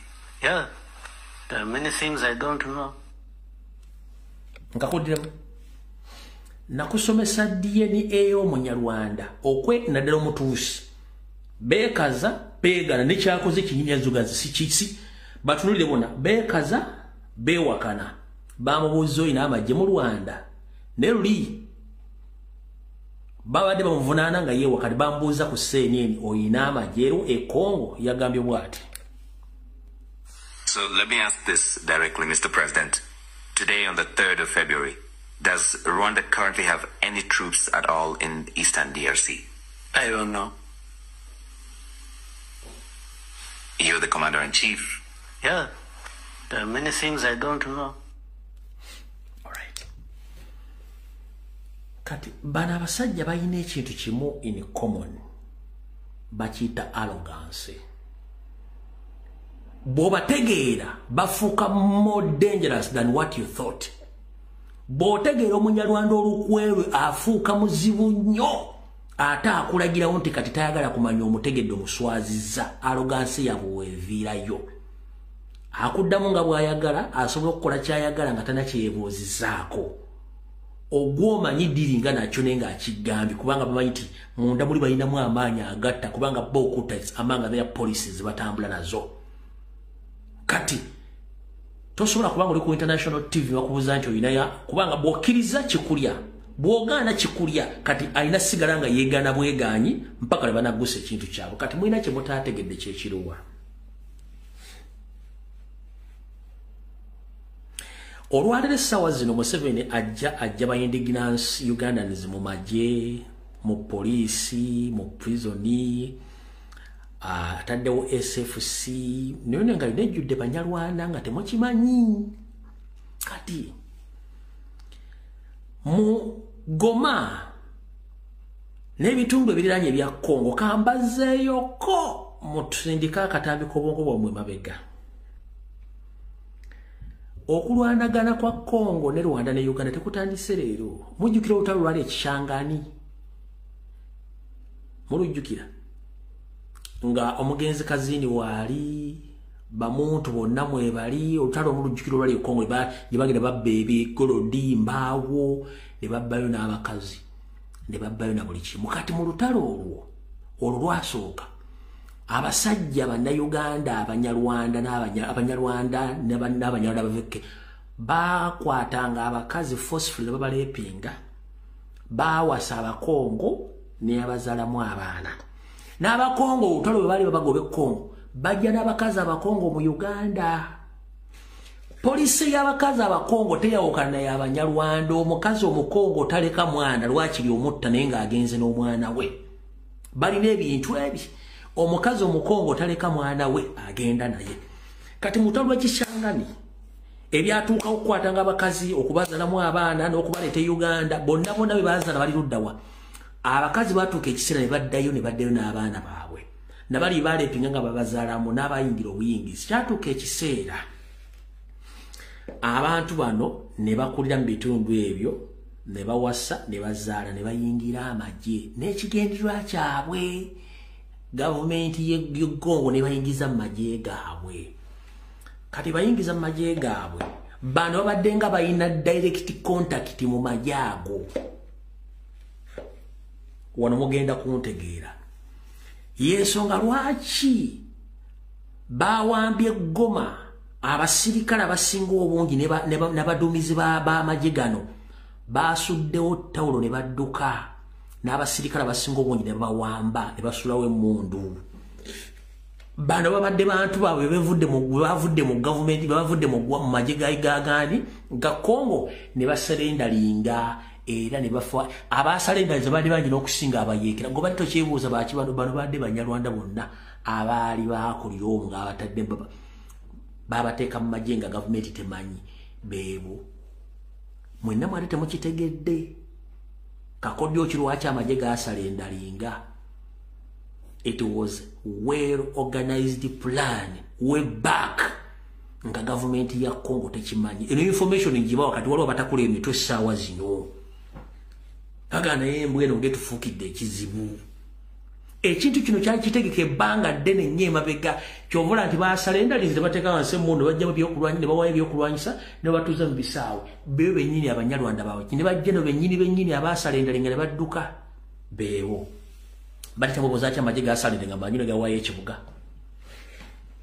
Kati kosa n'ensimbi ze badde bavujjirira abantu amu mu gavumenti okulya mu lukwe mu gavumenti ya Kongo. Kati kyekyo yensonga lwaki tolina woowulira nga Kongo ebanja ba POWs ba prisoners of war. Ekyo mbate munakitegeera ne ba prisoners of war UN ebitongole bino binaze bedde tebina byogera ku basibe bonna bakwata basirikale no era bali ludda where are they? Nobody knows where they are. Abasirikale ba indigenous abakongo be mwada ku video ezenjawulo nga basula abanansi babawengoye zabulyo babazi basukira mu madinisa nga bakyusa engoye be banansi oligino abamagye bana basigadde bonna basalendalinze ebyokulwanyisa emmundu emmotoka zonna bali affiliated n'akasaayi kali. Zakati mutegedde okusinziira ku intelligence yange. Kati bano mu Uganda kyebagezaako kuzimba naye tukikubye tusandiso kisaanyaawo mu kye mutaategeera. Bano abantu babala kintu kya leero babala kyanca babala kyaluli babala kya mwaka gujja na myaka na myaka. Mwe muli muwolagi muli mu Obangayina muli mu Nkudi muli mu bintu ebitagasa kunywa nga abasajja bazimba ekintu kyabwe temwamanya. Ensonga lwaki mu 8 Museveni yabagamba mbaleetedde otulo mwebake kumbe yalina kyayisaawo atugenda kujjawo. Kati baganda bange mutegedde akakodi ako nti abasajja baali bazimbira amagye ga Kongo naddagala mu kitundu ky'Egoma nga temumanyi. Kati bali lwatuuse nga tebasobola kulwana bakama baabwe nga bawaayo buwimmundu na kujja mu uniform nga batambula. Kati bali ku mission yakuddamu bafumba bongo baddamu bayingira amagye. Kati ngoyagala okutegeera ekintu kyadde kitegeke bulungi nnyo. Olwo Kagama akivaamu baleeta ekifaananyi ky'omusajja gw'embalaze ono. Olwo bajjawo ekifaananyi kya M23 nti yeewamba bakuleetera omukongo nga proxy naye nga be bali emabega ekyo nakyo temunakitegeera. Bakuleetera ekifaananyi ky'ono nga proxy naye nga banyanda bali emabega. Ndowooza bulungi nnyo bakugira ekifaananyi kya M23 bakuleetera ekya munnansimbo kati yakoze eki yawambye yiringiriida basiimulawo ekifaananyi kiri naye mu kavidiyo ke mwalabye akatambula nze naawe njagala okozesa omutwe gwo. Ffenna twaliwo Museveni ng'awamba. Ennyambala y'amagye mwagiraba n'embeera. Wabula abajaasi ba M23 bano be badeployinze ejjo bambadde combat mpya, emmundu mpya, bali well organized. Kati kyemutannategera nti amagye ga Rwanda n'aga Uganda gaateekinze over nga gali well facilitated. Be bano wano wammanga teri muyeekera asobola kubeera well organized bw'ati ng'era ali well facilitated. Ba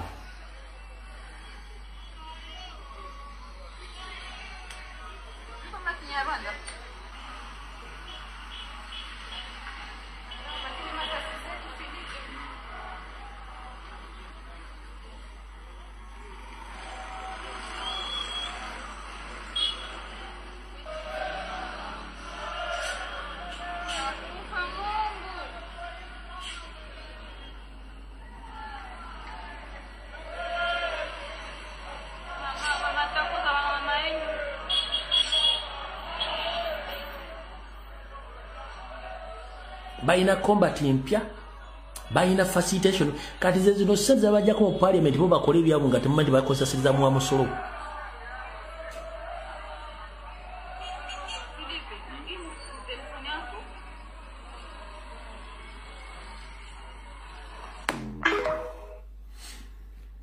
Ankuzanyire n'akalawando zero munategeera obulungi mutegeera ebintu by'abana abasajja.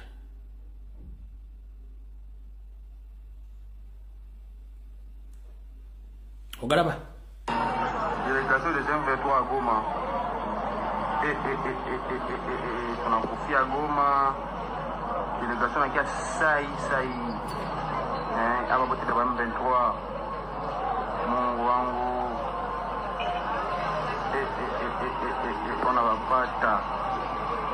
ona wapata kati jibaita M23 Lukongo bali Faransa M23 M23 Noza mutegedde bulungi nnyo akabadde akabaddewo mu bintu noza mutegedde bulungi nnyo. Kati gwe muna Uganda ali wano njala kubuuza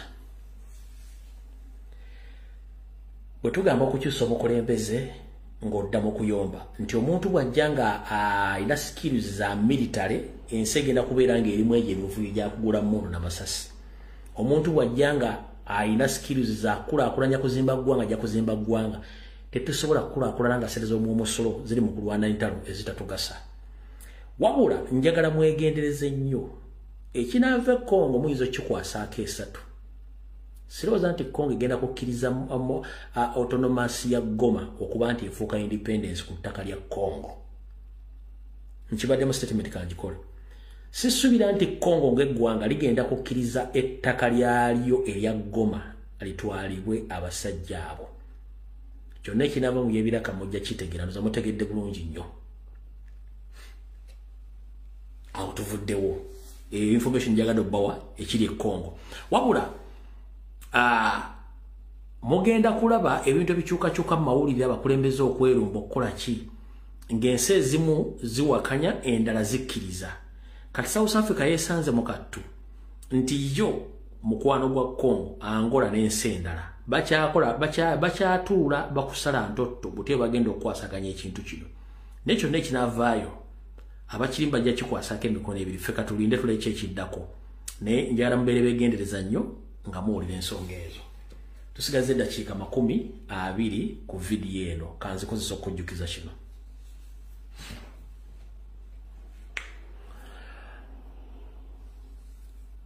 Omusajja Yoseri Kibakulwa ne Banyarwanda banne okujja mu Uganda otandika okukoleramu n'ebyobufuzi byabwe ng'era ba refugee. Beggwanga lubala bikyuse balina okuvunaanibwa. Nkiddamu Museveni banne bonna abajja nga ba refugee balina okuvunaanibwa. I'm here to inform the international community and all Ugandans that whoever found himself in Uganda as a refugee and he is now leading the country or operating business in Uganda is doing it illegally, including Museveni and his family. All are refugees. The international laws are well established which are governing the refugees. So Museveni and your family and the others get to know that we are watching. You are a refugee. We know the law.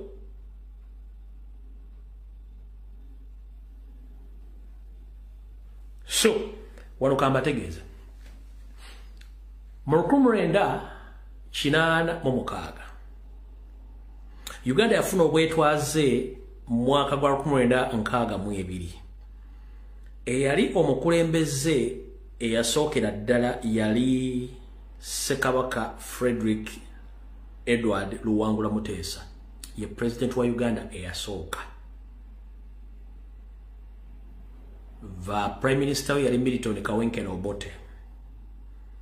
Wabula wali otudde kawo ne weebuuza lwaki omukulembeze eyasooka tayogerwako, talina na mukolo gwonna gumujjuukirwako wadde ogumukolebwako mu Uganda, nga n'emmengo yennyini watudde Kawenkene Mayiga, emikolo egyandibadde gijjukira Ssekabaka Muteesa ng'omukulembeze yasooka ng'era Kabaka wa Buganda tagikolebwa.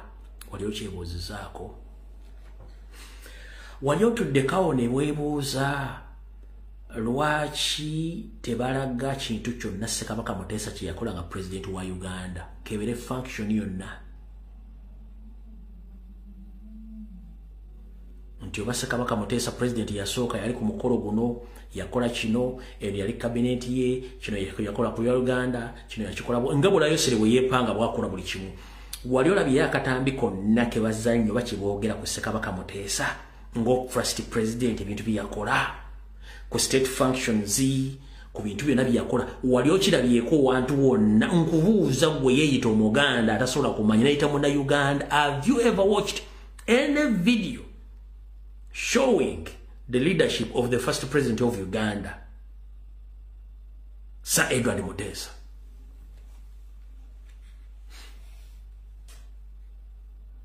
Wali okirabyeko?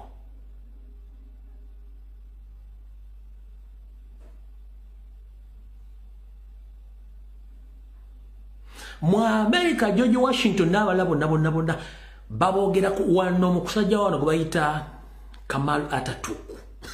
Tolina kintu ky'osobola kukola nga toyogedde ku musajja oyo, first president oba omukulembeze yasooka okunula eggwanga lino.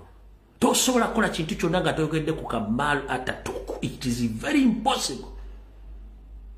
Mu Uganda president yasooka Sir Edward Muteesa. Mwagala tugamba nti te presiding a function za ggwanga Uganda.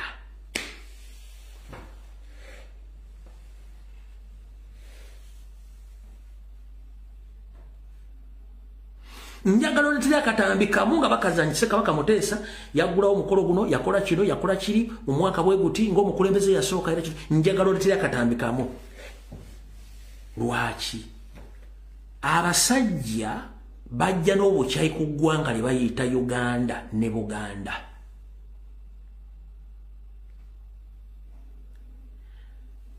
Eyo yonna tuvuddeyo kati kankusika enkuze mu 86. Era kansoke nkuvuga enkuze mu 1962. Uganda yalina empuliziganya emirundi ebiri, wali TV UBC ne Uganda Radio Uganda. Nga gye mikutu mpozi n'amawulire gaali waawo n'amatonotono. Kati kankuze nkulete mu 86. UBC ne Uganda, UBC ye TV ne Radio Uganda. It's a communication systems Uganda ze yekozesa. Mu akayivu za UBC buli kintu kyonna ekyakwatibwa amaloboozi obutambi byonna byaliwo nga weebiri. Mu department yali ekulirwa omukulu gwe bayitanga Ande Kaweesa, bwe mbaserabidde yakulirwanga Ande Kaweesa, ifa bwe mbaserabidde Ande Kaweesa yafa.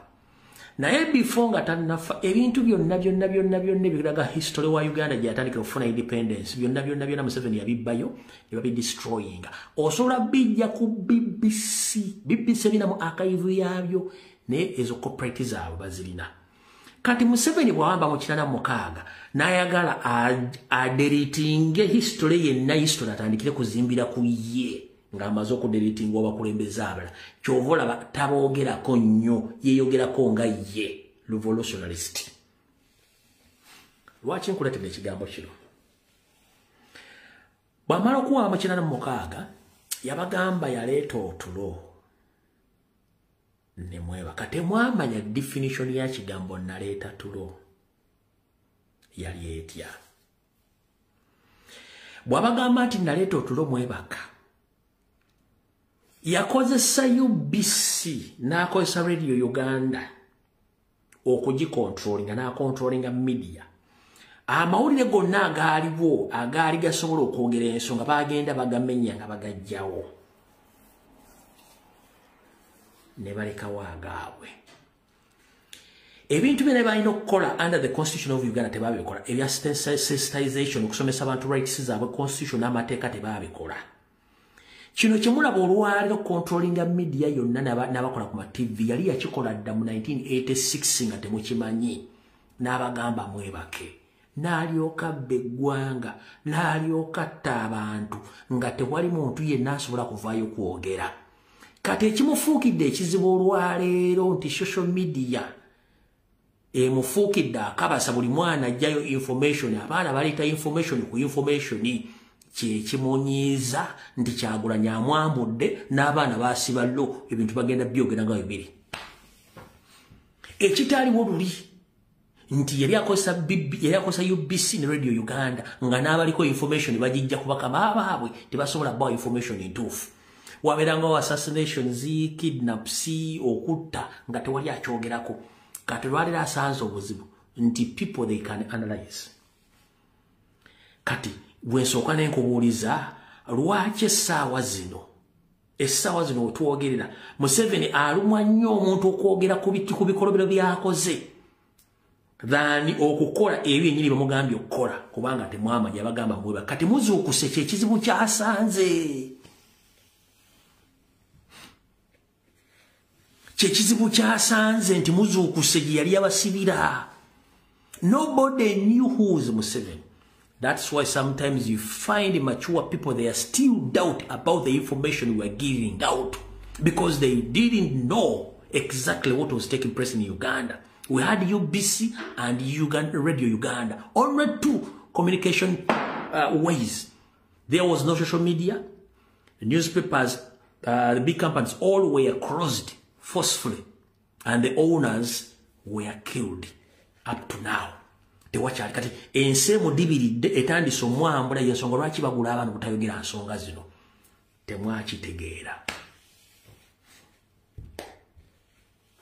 Webuze lwaki bw'okola TikTok live n'oyogera ensonga waliwo kujja mu inbox kutiisatiisa. Lwaki akutiisatiisa oba ku Facebook oba wantu wonna lwaki akutiisatiisa? Kubanga tebaasubiranko nti information esobola ofuluma nga bwefuluma. Akaliro bakawulira. Tewabayo omuntu yenna akusiriwaza nti Museveni ebigabo bimwogera tabimanyi nti bituufu era bitatayagala bifulume. Y'ensonga lwaki bateekawo okuwemula okubuzaabuza n'okujjensa abantu omwenge okuyiika Windows. Kubanga yali yasiba ekintu kye nga kiri awo wakyagalidde. For instance, Bukedde ne New Vision bawandiikamu lebekwata ku NRM. Ne TV zonna ezibaddewo. TV ezaali zimuwakanya radio station zonna forcefully yazikyusa obwongo n'ajjako abali bawakanya gavumenti n'ateekako ababi.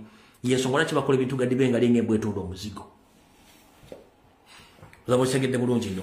Kati wenkubuuliza oyagala kuleka eggwanga ligende in the disguise nga toyagala kumanya ekintu ky'ekkongo kikuwa ekyokulabirako nti ekintu kino tebakitandise jjo baali bakitandika dda. Ekyokutwala eggwanga Uganda in disguise tekitandise leero kibadde kijja kimakyuwalinga nga mmwe temumanyi. They are replacing Ugandans with foreigners slowly by slowly. Buli muntu g'oli erinnya lya Kinyankole, those are not people from Ankole, those are Rwandese. They are just camouflaging. Those are proxies. If you want to prove them, Mugambe nti oli Munyarwanda agenda kunyiiga. Ne bw'aba ayogera Olunyarwanda frequently. Oyo si Munyankole Banyarwanda. Abanyankole babasibu n'amazi. In fact, population y'Abanyankole banga weeri kati baliwo 25%. 75% of indigenous banyankole babasanyawo. Genda otandika okuva eri Antonde Ngodde Embalala otandika okubuuza ba indigenous abalina amataka where are they? Ojja kwekuba mu ttaka ofe. Tandikire eri Antonde okudde eri otandika okubuuza ba indigenous bannannyini abalina amataka ago n'ezifaamu where are they? Bagenda kugabonna tetumanyi gye baalaga baabatta. Temugandi Museveni asaba Abaganda, Museveni yasala abanyankole.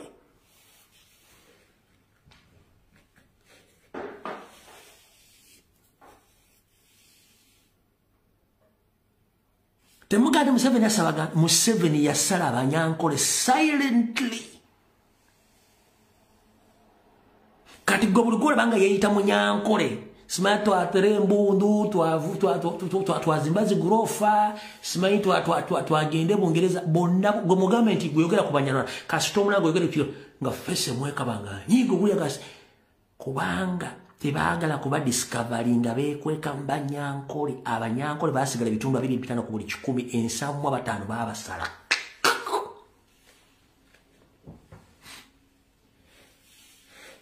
Gwegenda nkugambye very Antonde okudde eri otandika okubuuza bitundu byonna ebiri abaogera olunyankole bajja kugamba nti Mbuyi kyayogera kituufu.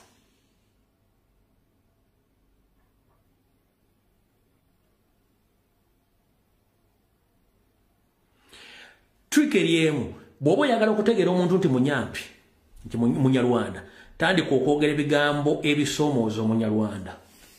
Agenda kunyiga yekabi yenna owulire ng'afa nenga omunyarwanda gwanga oba mutuusi gwanga abakutu gwanga abatwa gwanga ffe tuyita Abaganda zompita omuganda sinyiga mbeera namusanyufu nnyo naye the moment kasita obayita Abanyarwanda ng'anyiga yeekaba kubanga tebaagala badiscoveringa kwonna we bali. Oba yeyise Muganda no problem, oba yeyise Munyankole no problem. Kane mambuka gye bali abalugwala nga Banyarwanda mbusoga gye bali nga Banyarwanda nga balugwa baki beeyita basoga nenga Banyarwanda gye bali. Okitegedde bulungi nnyo. Kati gwe atayagala bitegeera bino ojja bitegeera nga kimaze kutuuka nga famire bagisaanyizaawo.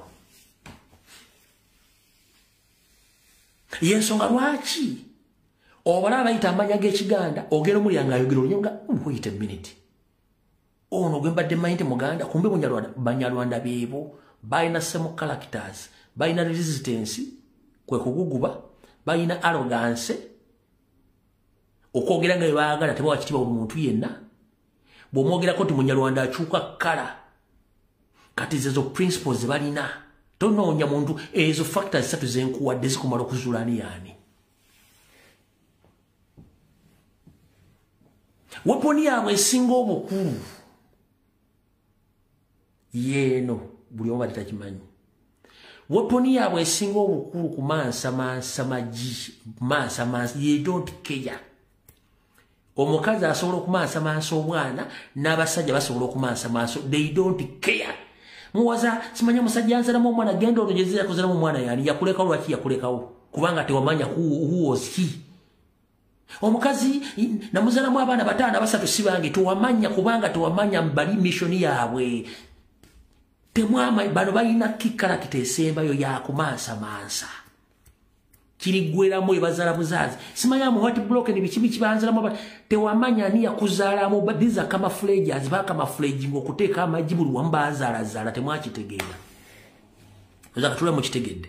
Mwabazungalira vumujja munonya lavu simeno nyalavu omusajja ansademu abana tewamanya ni yakuzalamu abana wosanga abana samanya bizibu najja lwambi simanyi agamanya nyanga tamayina kitaawo. In fact ejjo kigoberere nnyo osanga omuntu naga nti simanyi taata wange simumanyi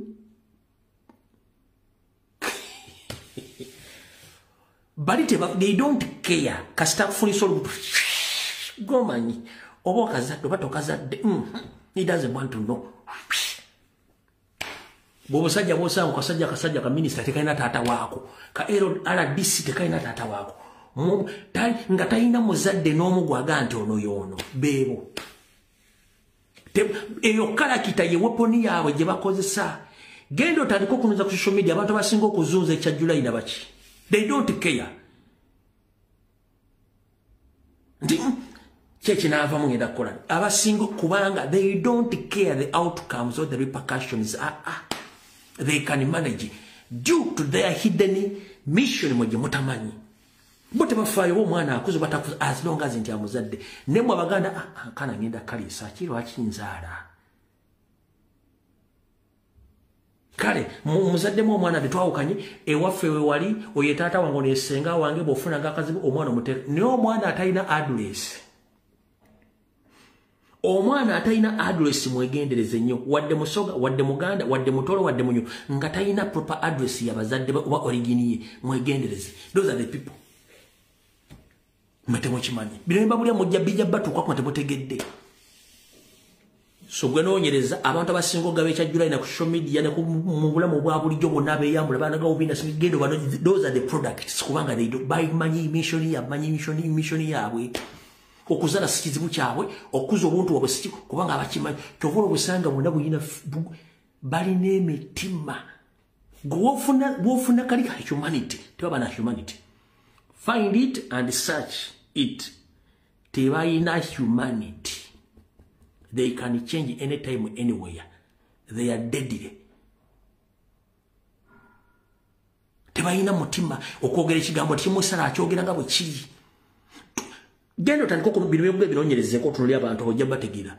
Boogera anyhow okuwola ntayina budde asobola n'okutta kuwa n'obutoko be bantu abo ne bibaga mujja bitegeera nga kimaze okutuuka ko tebayina humanity gw'omusogo oyina ka humanity tebalina humanity. If you want to prove this, soka webuze why Baganda don't migrate, but other tribes they can migrate. Ngafundikira. Abaganda batandise okumigrating nga government etandise obatemula okubateekamu economic crisis, but Abaganda tebabadde ba migrants. Find out all tribes in Uganda, Baganda, we don't migrate, we stay in one place. But other tribes can migrate. Ask yourself why Banyarwanda they migrate each and every place or area of the world. Why? Because for them they want to conquer with their mission. They can easily come afraid and stay anywhere for their mission. But for them they can migrate. They don't care. Abaganda batandise okugenda mu Bulaaya nga bayina ebasindiikiriza.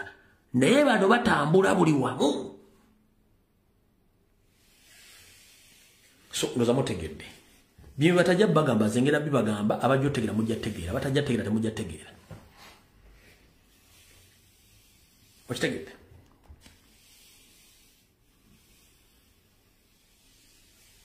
Bino bagenda bibagamba nzengenda bibagamba.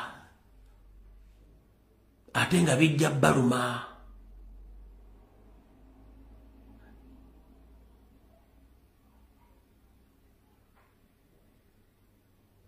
Abaganda ekibatambuziza okwetola ensi yonna economic crisis ne threats against their trade. That is it. But find out wana abantu batambula buli wamu kubanga balina mission tebabeera wamu. So mwebake ensi bagitwala ekintu kino bakyukati baviirayo ddala batandise okusafacinga. Mwawulira ekigambo kye bayita community police Museveni kyaleese. Bajja abayindiginansi babateeka ku sabo kawunti forcefully beekuba amasasi banga ikase waliwo omuvubuka ekubya amasasi bantu bana nakafuna koka cases nga 8 abasajja bali mu kwetta bayindiginansi. Gy'omusindika talinayo nyumba, talinayo family, talina sente, talina ki kuba gwataddewo ekintu to force them to commit suicide. They are committing suicide right now. They are committing suicide. Nemo mwakoze ekintu kyamwe bali bana abasajja bakola ebintu nga nfundikira mu dakiika emu. Waliwo kye mugenda okulaba era mukyetegereze nnyo. Mu byonna biri mu Museveni agenda tutwala mu military state. Byonna bimulema Museveni agenda tutwala mu military state because he had militarized each and every sector in the country.